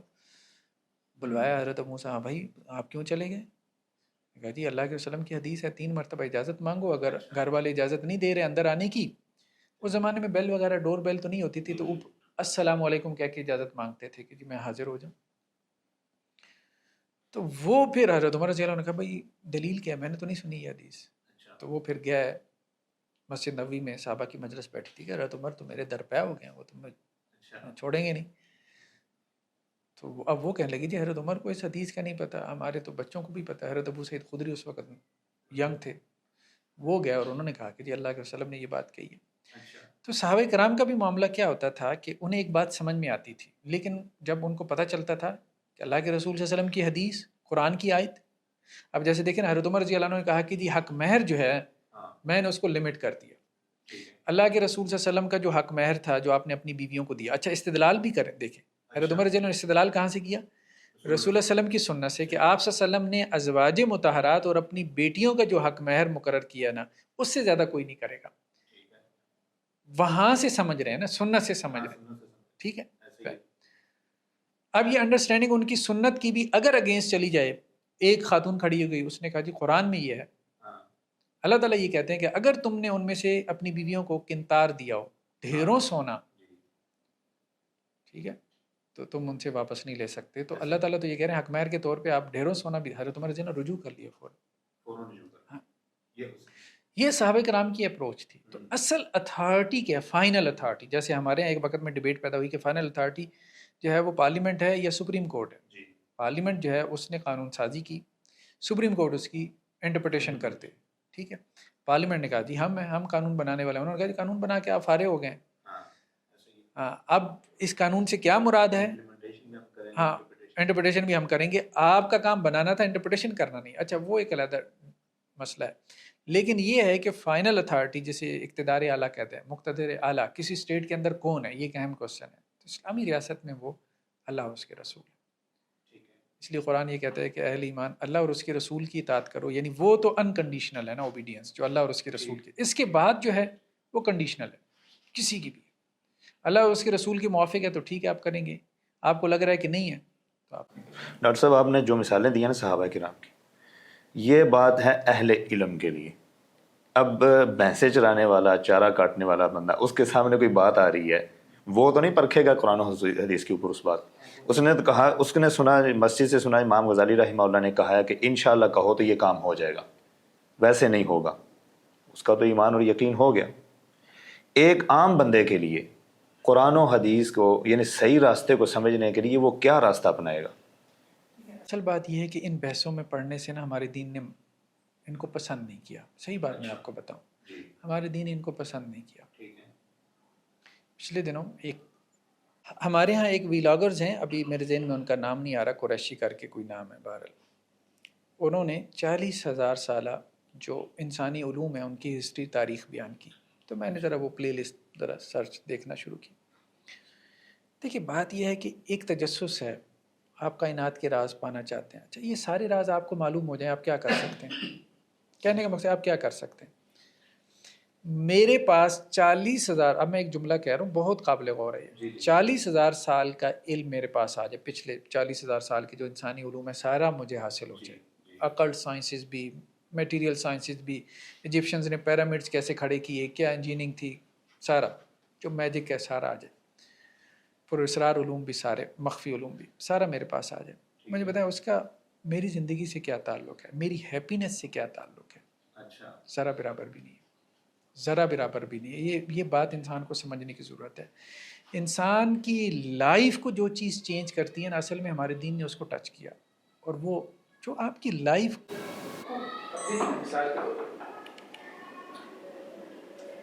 انسان جب خوشی کی تلاش میں نکلا ہے، صرف اپنے دین کی ہم بات نہیں کر رہے، تو اسے لگا کہ میٹیریل ورلڈ میں، اب آپ انوینشنز کی بات کر رہے ہیں نا، جی جی، انوینشنز میں کتنی آسائشیں آ گئی ہیں. اب کیا ان سب آسائشوں نے انسان کو خوشی دی ہے؟ یعنی آپ یہ دیکھ لیں کہ وہ ترقی یافتہ ممالک جن کا جی ڈی پی اچھا ہے، وہاں سوسائڈ ریٹ بھی بہت اچھا ہے. ایسا ہی ہے، سوسائڈ ریٹ بہت اچھا ہے. تو جتنی آسائش ہے اتنا انسان سائیکولوجیکل ڈس آرڈر کا شکار ہے.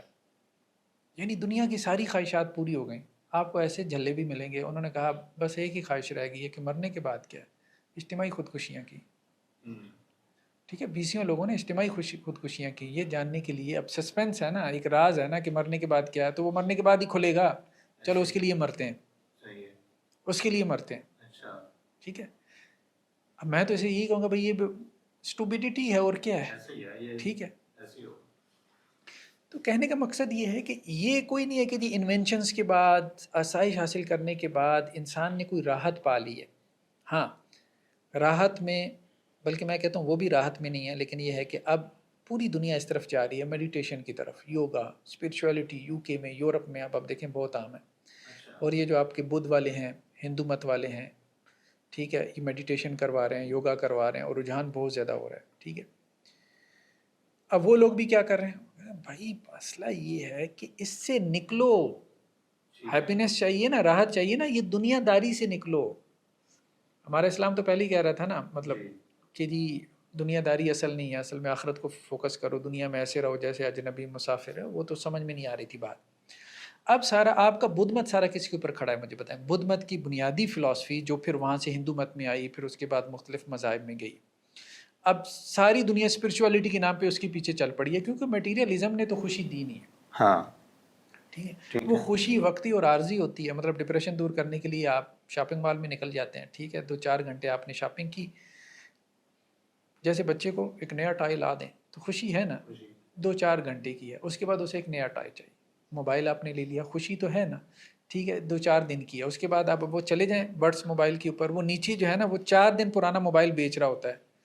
ٹھیک ہے، کیوں؟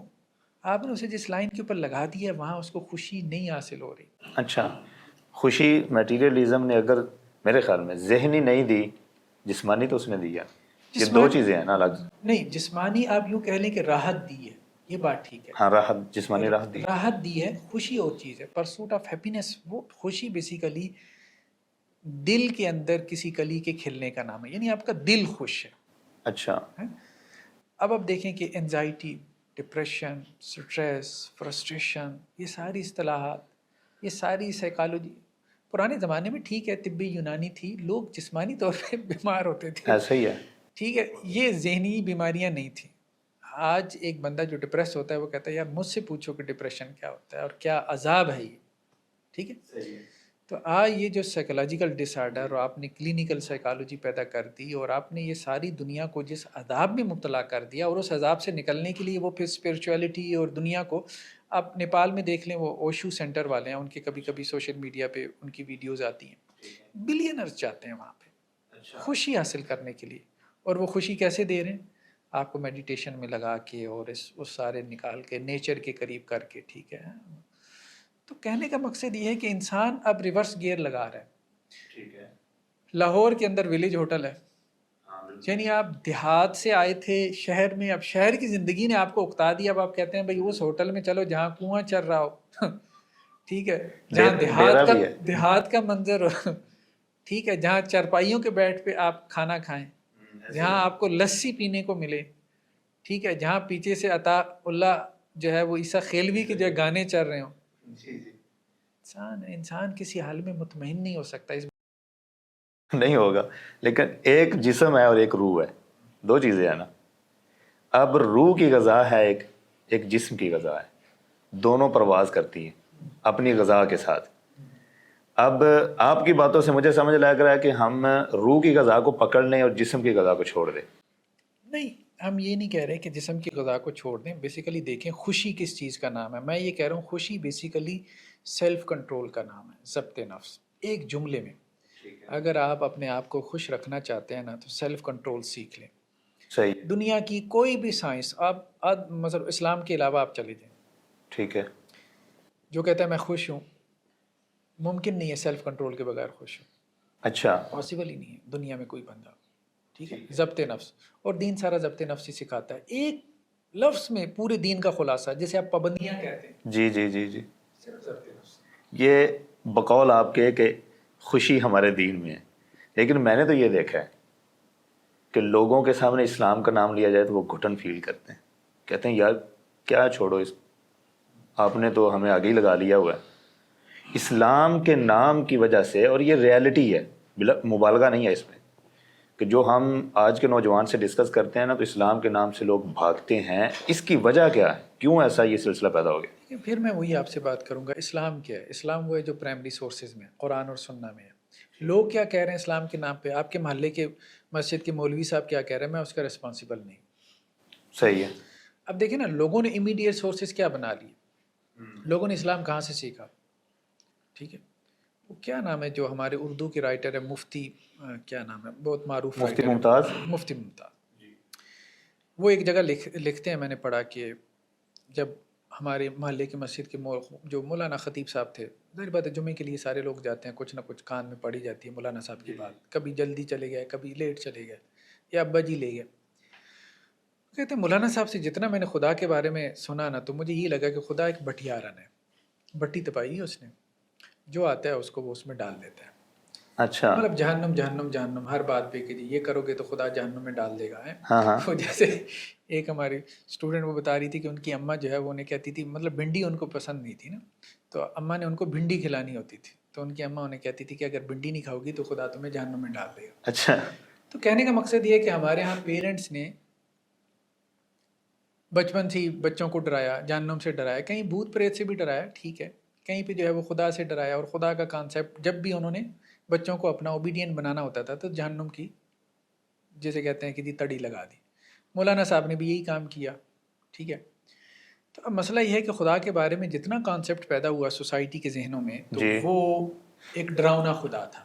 ایسے ہی ہے. ٹھیک ہے, وہ محبت کرنے والا خدا, وہ کانسیپٹ پیدا ہی نہیں ہوا. اب ظاہری بات ہے کہ جب آپ قرآن کو پڑھیں گے, جب آپ سنہ کو پڑھیں گے, تو خدا کا کوئی اور کانسیپٹ آپ کے یہ کانسیپٹ پیدا کرنے والے علماء نہیں ہیں, خطباء نہیں ہیں, خطباء ہیں. اب یوں کہہ سکتے ہیں کہ جاہل خطباء ہیں, جاہل خطباء ہیں.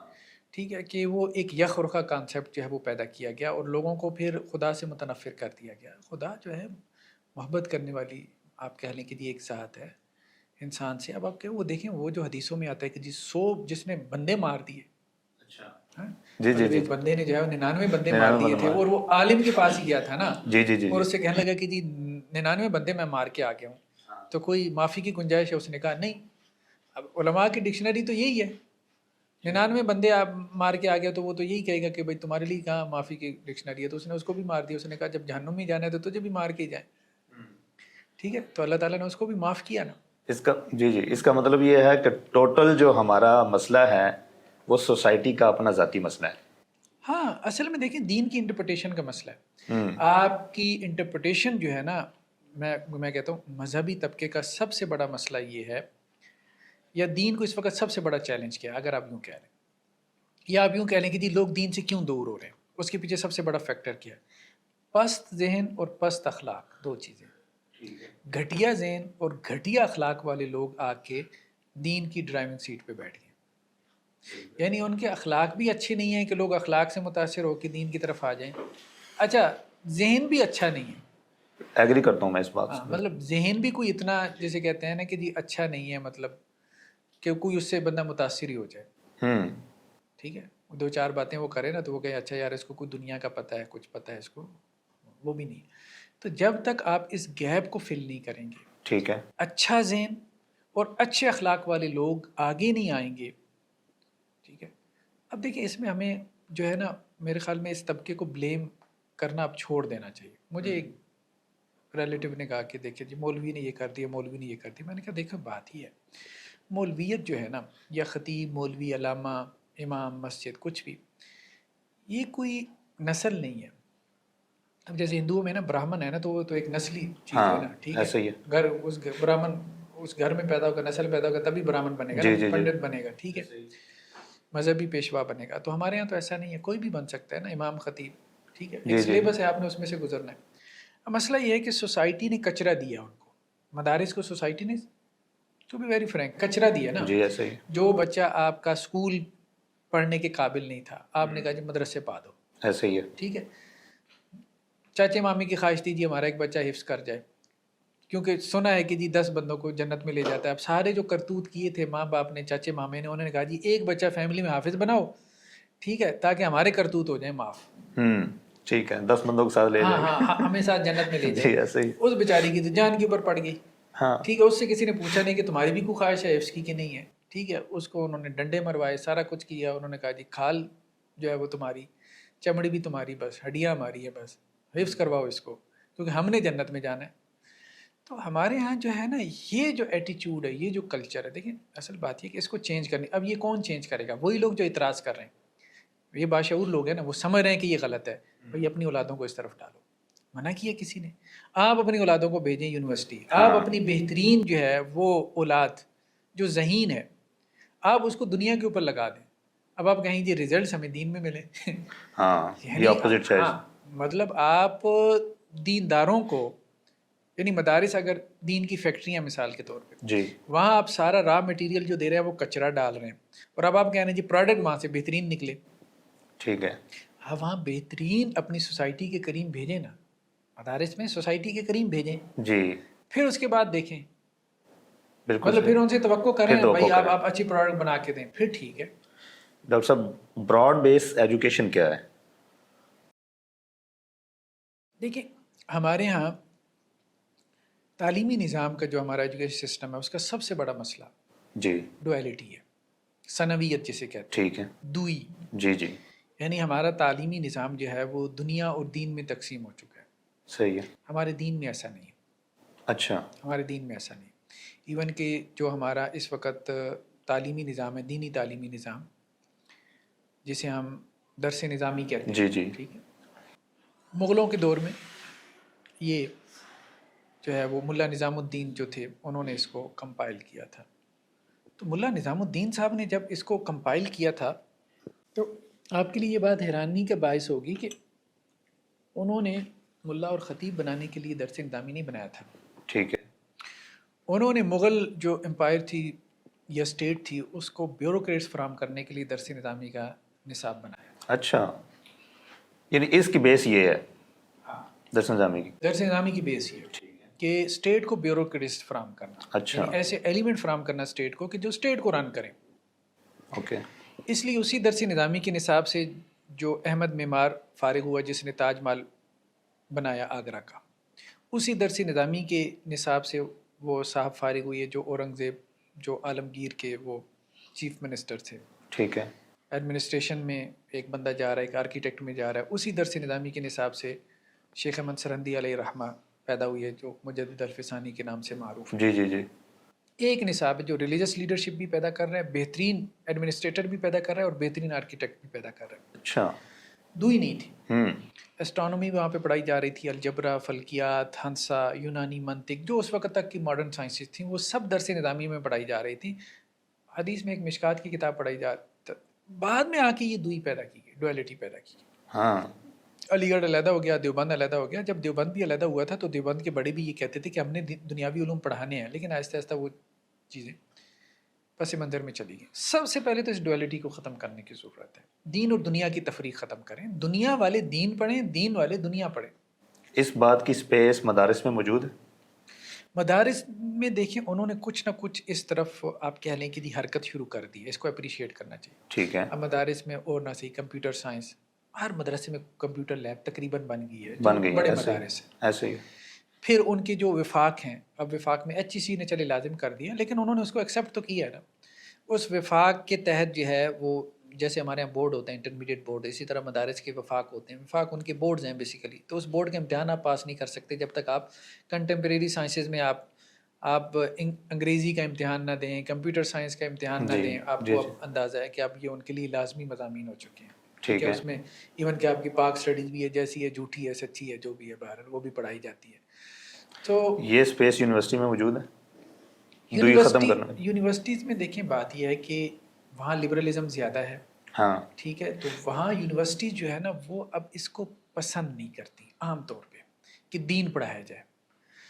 یعنی وہی مطلب قانون کا ایک جبر ہے. یعنی مدارس میں یہ شعوراً اس چیز کو ایکسیپٹ کر لیا کہ ہم نے دنیا پڑھنی ہے.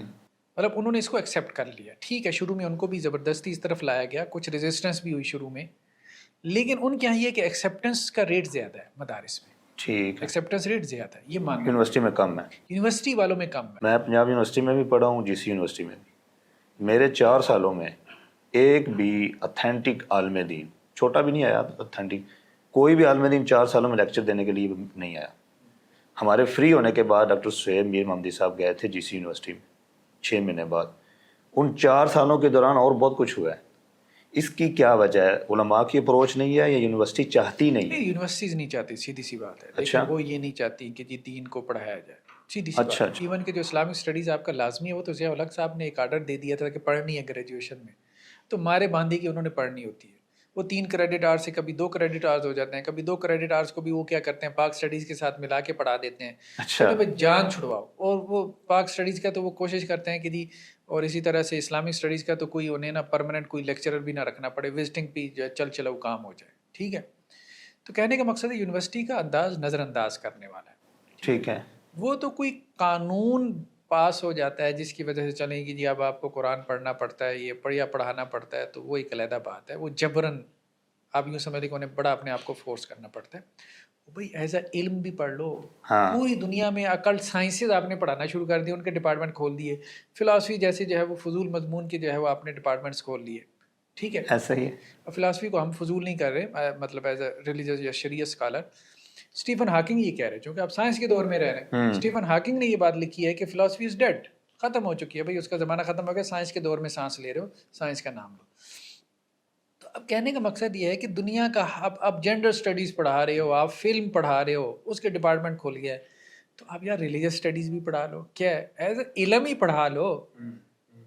مطلب اتنے آپ آزاد خیال ہو. ٹھیک ہے. میجک پڑھانا آپ نے شروع کر دیا، جادو ٹونا اکلٹ سائنسز پڑھانا شروع کر دیا، تو یہ کیوں نہیں پڑھا رہے؟ ایز اے علم پڑھا لو. ایک ہسٹری تو ہے، ریلیجن ہے، مذاہب ہیں، سارا کچھ ہے.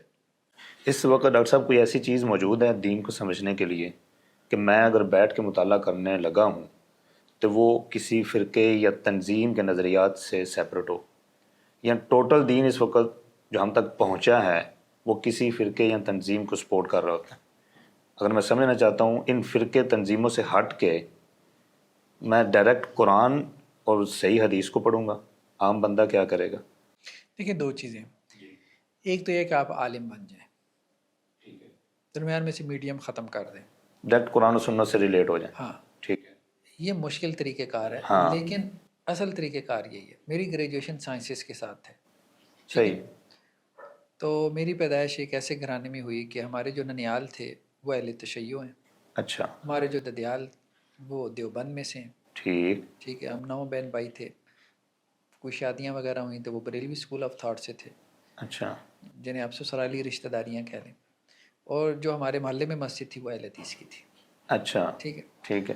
تو اب بہت کھچڑی سی بنتی تھی، کیا مطلب ادھر جائیں تو یہ ٹھیک ہے، ادھر جائیں تو وہ ٹھیک ہے. ٹھیک ہے. جو بریلوی تھے وہ کہتے جی دیوبندی غلط ہیں، جو دیوبندی تھے وہ کہتے تھے بریلوی غلط ہیں. اہل حدیث کے پاس جاتے تو وہ کہتے تھے دونوں غلط ہیں، ہم ٹھیک ہیں. اچھا. تو اب پھر میں نے خود سوچا کہ نہیں مجھے خود سے پڑھنا ہے. صحیح. تو میں نے شفٹ کیا. گریجویشن میری میتھمیٹکس کے ساتھ تھی تو میں نے ماسٹرز عربی میں کیا, پھر اس کے بعد P H D Islamic studies میں کی, پھر میں نے درس نظامی کیا. تو ایک تو یہ طریقہ کار ہے کہ آپ کہیں میں نے درمیان میں سے میڈیم نکالنا ہے. میں نے یہ نہیں کہ جی فلاں عالم اسکالر, یہ میں نے خود دیکھنا ہے, پرکھنا ہاں ہے. بہترین. مجھے اتنی عربی آ جائے کہ میں قرآن کو سمجھ سکوں, حدیث کو ڈائریکٹ سمجھ سکوں, مجھے ترجموں کی ضرورت ہی نہ رہے. پرائمری سورسز ہے, مجھے پتہ چل جائے گا کون ٹھیک کہہ رہا ہے کون غلط کہہ رہا ہے, کون صحیح ترجمہ کر رہا ہے کون غلط ترجمہ کر رہا ہے. ایک تو یہ, لیکن ہر آدمی اس کو افورڈ نہیں کر سکتا. جو کر لے تو ٹھیک ہے, وہ اس کسمکس سے نکل سکتا ہے. دوسرا ہے کہ ایک عامی لے مین کیا کرے, یہ ایک اہم سوال ہے. جی. دیکھیے فی الحال کی کرنٹ سچویشن میں وہ ایک کام کر سکتا ہے جس سے اس کو فائدہ ہونے کی امید ہے. جی. وہ یہ ہے کہ مختلف لوگوں کو سنیں, مختلف بیانیے سنیں. یہ جو قدغنیں لگا دی جاتی ہیں فلاں کو نہیں سننا, وہ ہر مسلک یہی کرتا ہے, بیریئر لگاتا ہے. دیکھیں آپ سوشل میڈیا کے اوپر لوگ بیٹھے ہیں, آپ کب تک نہ چاہتے اس کے سامنے ویڈیو آ جائے گی, کب تک آپ روکیں گے اس کو, کب تک اب آپ اس کو جو ہے وہ دیکھیں. اب مسئلہ یہ ہے کہ جی اہل حدیث جو ہے نا وہ یہ کہتے ہیں جی وہ بریلوی عالم تو کہتے ہیں بھائی اہل حدیث کو نہیں سننا, کہتا ہے نا وہ, کہتے ہیں ہاں وہ نہیں سننا, ٹھیک ہے. تو اہل حدیث بھی یہ کہہ رہے بریلوی کو نہیں سننا. تو مسئلہ یہ ہے کہ پھر وہ اس کو کیسے ہدایت ملے گی؟ اہل حدیث کو تو یہ سوچنا چاہیے نا, آپ بھی یہی بات کہو گے تو اس کو کیسے. یہ جو ہے نا یہاں جو آپ نے آزادی کی بات کی, تو یہاں آپ کو آزادی کی بات کرنی چاہیے. ٹھیک ہے. ہاں مطلب دیکھیں ایک بندے کے پاس یہ اختیار ہونا چاہیے, اس کو سنیں اس کو سنیں, اس کے بعد وہ فیصلہ کرے کہ مجھے کس طرف جانا ہے. ہاں قرآن نے کہا لا اکراہ فی الدین, دین میں کوئی جبر نہیں ہے. جی. دین کی انٹرپریٹیشنز ہیں نا, سنیں. ہاں اب یہ ہے کہ انسان کسی ایک کے ساتھ جو ہے نا چپک کے نہ رہ جائے, یہ غلط ہے. اب ہوتا یہ ہے کہ ہمارے ایک بندہ مثال کے طور پہ کسی ایک کو سنتا ہے, کہتا ہے میں نے اس کا کاؤنٹر نیریٹو نہیں سننا. اب غامدی صاحب کو سن لیا, اب اتنا سن لیا, وہ کہتا نہیں مولوی صاحب غلط ہیں. اب اسے کہا کہ بھائی غامدی صاحب کا اچھا کاؤنٹر نیریٹو ہے یہ سن لو, وہ کہتا نہیں میں نے یہ نہیں سننا. ٹھیک ہے, یعنی علماء کو غلط کرتے. اسی طرح انجینئر محمد علی مرزا, ٹھیک ہے جی, آپ نے اس کو سن لیا, اچھا ٹھیک ہے, یہ وہ کہتے تھے اس کو نہیں سننا اس کو نہیں سننا, تو ہم نے انجینئر کو سنا, تو ٹھیک ہے بھائی, اب آپ نے انجینئر کو سن لیا, اب اس کا بھی تو کاؤنٹر سنیں نا, آپ روکیں نہیں نا پھر. ٹھیک ہے. جب آپ ایک کمپیریٹیو اسٹڈی میں پڑھ گئے ہیں تو اب آپ جب آپ ایک پہ آ کے رک جاتے ہیں تو اس کا مطلب کیا ہے کہ آپ نے جو پیچھے ساری محنت کی آپ نے اس کو 0 سے ملٹیپلائی کر دیا, جہاں سے آپ نے سٹارٹ دیا تھا وہیں آپ آ کے رک گئے, کسی ایک کے ساتھ چپک جاؤ. تو لے مین کو, جیسے بازار میں آپ جوتا خریدنے جاتے ہیں, کیا کرتے ہیں 10 دکانیں پھرتے ہیں, کمپیریزن کرتے ہیں. کپڑا خریدنے جاتے ہیں 10 دکانیں پھرتے ہیں, کمپیریزن کرتے ہیں. پھل آپ نے خریدنا ہو 4 ریڑھیوں کے اوپر گھومتے ہیں, ٹھیک. تو اسی طرح سے ان مولانا صاحب کو سن لیا, ان کو سن لیا, جو بھی معروف ہے مختلف مسالک کے, اس کے بعد انسان کو اللہ نے عقل مت تو دی, بالکل ایسے ایک فیصلہ کر لے. جب وہ فیصلہ کر لے گا انشاءاللہ سے اللہ کی امید ہے کہ اللہ تعالیٰ اس کے بعد اگر اس کا فیصلہ اخلاص اور سنسیریٹی کے ساتھ ہوگا, اللہ تعالیٰ اس کے ساتھ درگزر کا معاملہ. ڈاکٹر صاحب آخری سوال ہے کہ کسی بندے کو نیک بنانے کے لیے, اب میں دیکھ رہا ہوں گناہ گار ہے, اس کو نیک بنانے کے لیے ریاستی عمل یا اس کی اتھارٹی کو وجود میں لایا جا سکتا ہے, یا یہ مذہب یا اسلام ہر بندے کا ایک سیپریٹ فردن مسئلہ ہے؟ دیکھیں اصل بات یہ ہے کہ کچھ چیزیں ایسی ہوتی ہیں نا, اس بات کو سمجھنے کی ضرورت ہے. کچھ چیزیں یا کچھ گناہ ایسے ہیں مثال کے طور پہ منکرات, جن کا اثر آپ کی پرسنل لائف تک محدود نہیں رہتا, سوسائٹی تک جاتا ہے. ٹھیک ہے. یعنی سوسائٹی میں فساد پیدا ہوتا ہے, اس کے لیے قرآن کی اصطلاح ہے فساد فی الارض. یہاں پہ قانون حرکت میں آتا ہے, دنیا کے ہر ملک کا قانون حرکت میں آتا ہے. صحیح.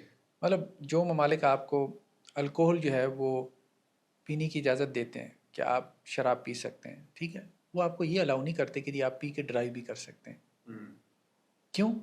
کیونکہ اب آپ ڈرائیو کریں گے تو آپ دوسروں کو کیا کر رہے ہیں, نقصان پہنچا رہے ہیں. آپ دوسروں کو جو ہے وہ ایک ایسے مطلب دوسروں کے لیے اب آپ موت کا سبب بن سکتے ہیں. ہاں خدشہ ہے, ابھی پھر بھی روک رہے ہیں. ہاں خدشہ ہے, مطلب ایکسیڈنٹ کریں گے بندہ مار دیں گے. جی. تو اب آپ کو اجازت نہیں ہے کہ آپ ڈرنک کر کے جو ہے وہ اب آپ ڈرائیو کریں, ٹھیک ہے. اس لیے وہ جو ٹریفک وارڈن ہے وہ آپ کو روکے گا, اور وہ باقاعدہ ان کے پاس وہ ہوتی بھی ہیں کہ جی آپ کے منہ سے اسمیل تو نہیں آ رہی, بدبو تو نہیں آ رہی, دس اینڈ دیٹ.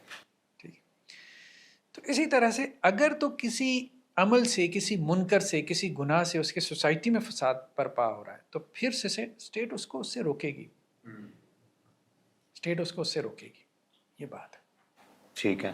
یعنی باقی اگر اس کی وہ پرسن دیکھیں، ایک بندہ گھر میں شراب پی رہا ہے، ٹھیک ہے چلے، لیکن یہ ہے کہ پبلک پلیس پہ پیے گا. ایک بندے نے اپنی مثال کے طور پہ دیکھیں نا، جتنی بھی آپ کی حدود ہیں، حدود کو اگر آپ اسٹڈی کریں، جو آپ کا حدود آرڈیننس ہے ایک، تو ویسے حدود کا جو کانسیپٹ ہے، جو پنشمنٹ ہیں، جو جی جی مطلب کچھ گناہ ایسے ہیں، کرائمز آپ کہہ لیں، کرائمز کہنا چاہیے بلکہ ان کو، جن کے اوپر اسٹیٹ پنش کرتی ہے. اب اس میں کیا ہے سارا، اس میں آپ دیکھیں گے تو وہ یہی ہے کہ جی ایک آدمی جو ہے وہ اس نے اتنا گناہ میں جری ہو گیا، 4 بندے اس کو دیکھ رہے ہیں کہ وہ زنا کر رہا ہے مثال کے طور پہ، جی جی جی تبھی اس پہ حد قائم ہوگی نا. ٹھیک ہے، ایک بندہ جو زنا کرنا غلط ہے، ہاں حرام ہے، ٹھیک ہے، اس کو آخرت میں اس کی سزا ملے گی، ٹھیک ہے، لیکن جب تک اس کا معاملہ یہ کہ میں نے دیکھ لیا، آپ نے دیکھ لیا، تو دین کیا کہتا ہے؟ یہ پردہ پوشی کرو. ہاں اس کا معاملہ اللہ کے اوپر چھوڑ دو. 4 بندوں نے دیکھ لیا، اس کا مطلب یہ ہے کہ وہ ایک ولنریبل سچویشن میں ہے، وہ سوسائٹی کے لیے جو ہے وہ فساد کا باعث بن رہا ہے، یعنی زنا کو پروموٹ کرنے کا ذریعہ جی بن رہا بالکل. ہے. تو اب اسٹیٹ حرکت میں آتی ہے، آپ اس کو پنش کرتی ہے. تو کہنے کا مقصد یہ ہے کہ جب اس کا وہ گناہ جو ہے وہ فساد فی الارض کا سبب بن رہا ہو. ٹھیک ہے. ٹھیک ہے، اب جیسے مثال کے طور پہ یہ بہت بڑی مثال بیان کی جاتی ہے مرتد کی. کہا جاتا ہے یہ آزادی رائے کے خلاف ہے کہ جی ایک بندہ جو ہے وہ ارتداد کا مرتکب ہوتا ہے، جی مطلب دین اسلام اس نے چھوڑ دیا، وہ کہتے ہیں اس کو بندہ مار دو. ٹھیک ہے،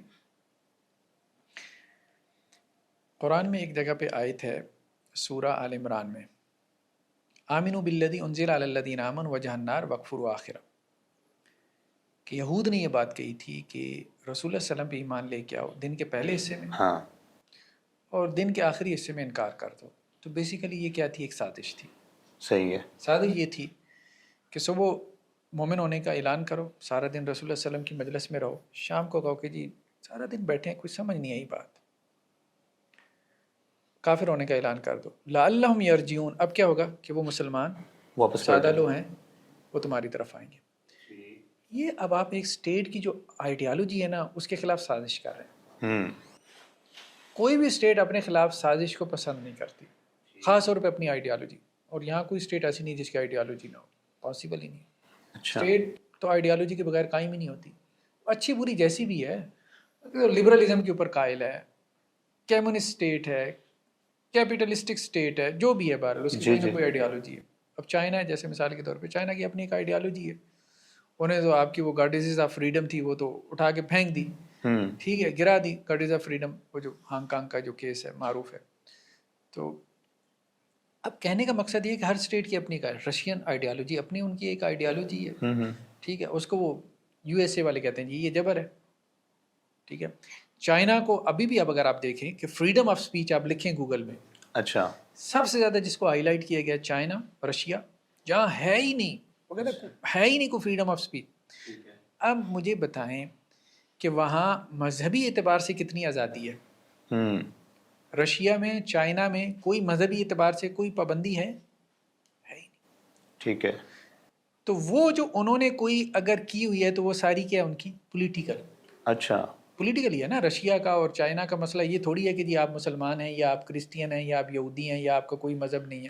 وہ تو کہتے ہیں کوئی بھی مذہب نہ ہو، ٹھیک ہے، بہتر ہے. تو وہ لا ادری ہیں، ٹھیک ہے، ایک طرف سے ایتھیسٹ ہیں، ملحد ہیں، یعنی مذہب میں اتنی آزادی پر ہے کہ جتنا الحاج چائنا میں اور رشیا میں ہے شاید ہی کسی اور ملک کے اندر ہو. یو ایس اے وغیرہ، یہ یورپ، تو یہ تو سارے کرسچینٹی ابھی تک کم از کم نام کے کرسچینز ہیں. وہاں تو کوئی مذہب کا نام بھی نہیں ہے نا، چائنا میں اور رشیا میں. مذہبی اعتبار سے اپنی آزادی کی انتہا کو پہنچ گیا، اس کے باوجود کیا وہ آزاد ہو پائے؟ نہیں. مطلب آپ یہی کہہ رہے ہیں کہ جی سب سے زیادہ جبر تو وہاں پر ہے. تو کہنے کا مقصد یہ ہے کہ یہ جو سمجھتے ہیں نا جی مذہب سے آزادی کے بعد شاید یہ آزاد ہو جائیں گے، بالکل سمجھتے ہیں ایسے. تو چائنا اب آزاد ہے، آپ کا کیا خیال ہے؟ سمجھتے ہیں، وہ تو ترقی یافتہ ملک ہے، اس کو ہی کہتے ہیں وہ آزادی. تو وہاں تو سب سے زیادہ جو ہے وہ مطلب آپ وہاں بات تو کریں امریکہ کی جا کے، کیپیٹلزم کی جا کے، آزادی کے مجسمے چائنا نے توڑے ہیں آپ کے. گارڈیزز آف فریڈم جو ہے چائنا نے گرایا تھا. انہوں نے کہا کون سی آزادی کی بات کرتے ہو؟ ٹھیک ہے، ہمارے ملک میں ہو تو یہ لا آف دی لینڈ ہے، اس کو ایکسیپٹ کرو، یہ ہمارے ملک کی آئیڈیالوجی ہے، یہاں رہنا ہے، اس آئیڈیالوجی کو ایکسیپٹ کرنا پڑے گا. ٹھیک. اس کے اندر اندر آزادی ہے. ہماری کوئی ریاست بھی ہے، مسلمانوں کی کوئی ریاست بھی ہے. دیکھیں ریاستیں بہرحال برائے نام تو ریاستیں یعنی ہیں. قرآن و سنت میں ہماری کوئی ریاست قائم کی گئی ہے یا رسول اللہ صلی اللہ علیہ وسلم نے کی ہو، نہیں، یا میں ہم سمجھا. بغیر ریاست کے ہیں؟ کیونکہ ایک دعویٰ ہے نا کہ قرآن و سنت میں مسلمانوں کی کوئی ریاست موجود نہیں ہے، یہ ریاست بہت بعد میں آ کے اس کو ایجاد کیا گیا، اس وقت مسلمانوں کی ریاست نہیں ہے. تو یہاں پہ اگر ریاست ہی نہیں ہے تو پھر ریاست کیسے جبر کرے اسلامی قوانین نافذ کرنے کے لیے؟ دیکھیں ریاست کہتے کسے ہیں، پہلی بات تو یہ ریاست 4 چیزوں کا نام ہے جو اس کا ماڈرن کانسیپٹ ہے ریاست کا. ریاست 4 چیزوں کا نام ہے. ریاست سب سے پہلے تو جو ہے ایک آپ کہہ لیں کہ جی ایک جگہ ہے، ایک رقبہ ہے، ٹیریٹری ہے، ٹھیک ہے. اس کے بعد اس میں ایک پاپولیشن ہے، ایک آبادی ہے، اس علاقے میں رہنے والی ایک آبادی ہے. تیسری چیز اس کے اندر ایک نظم ہے، نظم اجتماعی جس کو آپ گورنمنٹ کہتے ہیں.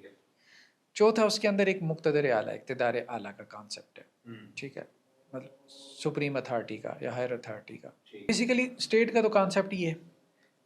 اب مجھے بتائیں کہ اگر ہم ریاست مدینہ کہتے ہیں تو وہ ایک خاص علاقہ تھا، پاپولیشن بھی تھی، نظم اجتماعی بھی تھا، وہاں کوئی اقتدار اعلیٰ کا کانسیپٹ بھی تھا، سب تھا. سب تھا. اللہ کے وسلم جب مدینہ میں آئے، مساک مدینہ ہوا ہے، مساک مدینہ میں ایون کے جیوز موجود ہیں، ہاں ٹھیک ہے، اور بلکہ مشرکین بھی ہیں، بالکل ایسے ہی. ٹھیک ہے، وہ بھی اس کے مطلب سگنیٹری تھے. اب اس میں کیا بات تھی کہ جی اختلافی معاملات میں کس کی طرف رجوع ہوگا؟ محمد رسول اللہ علیہ وسلم فائنل اتھارٹی ہوں گے.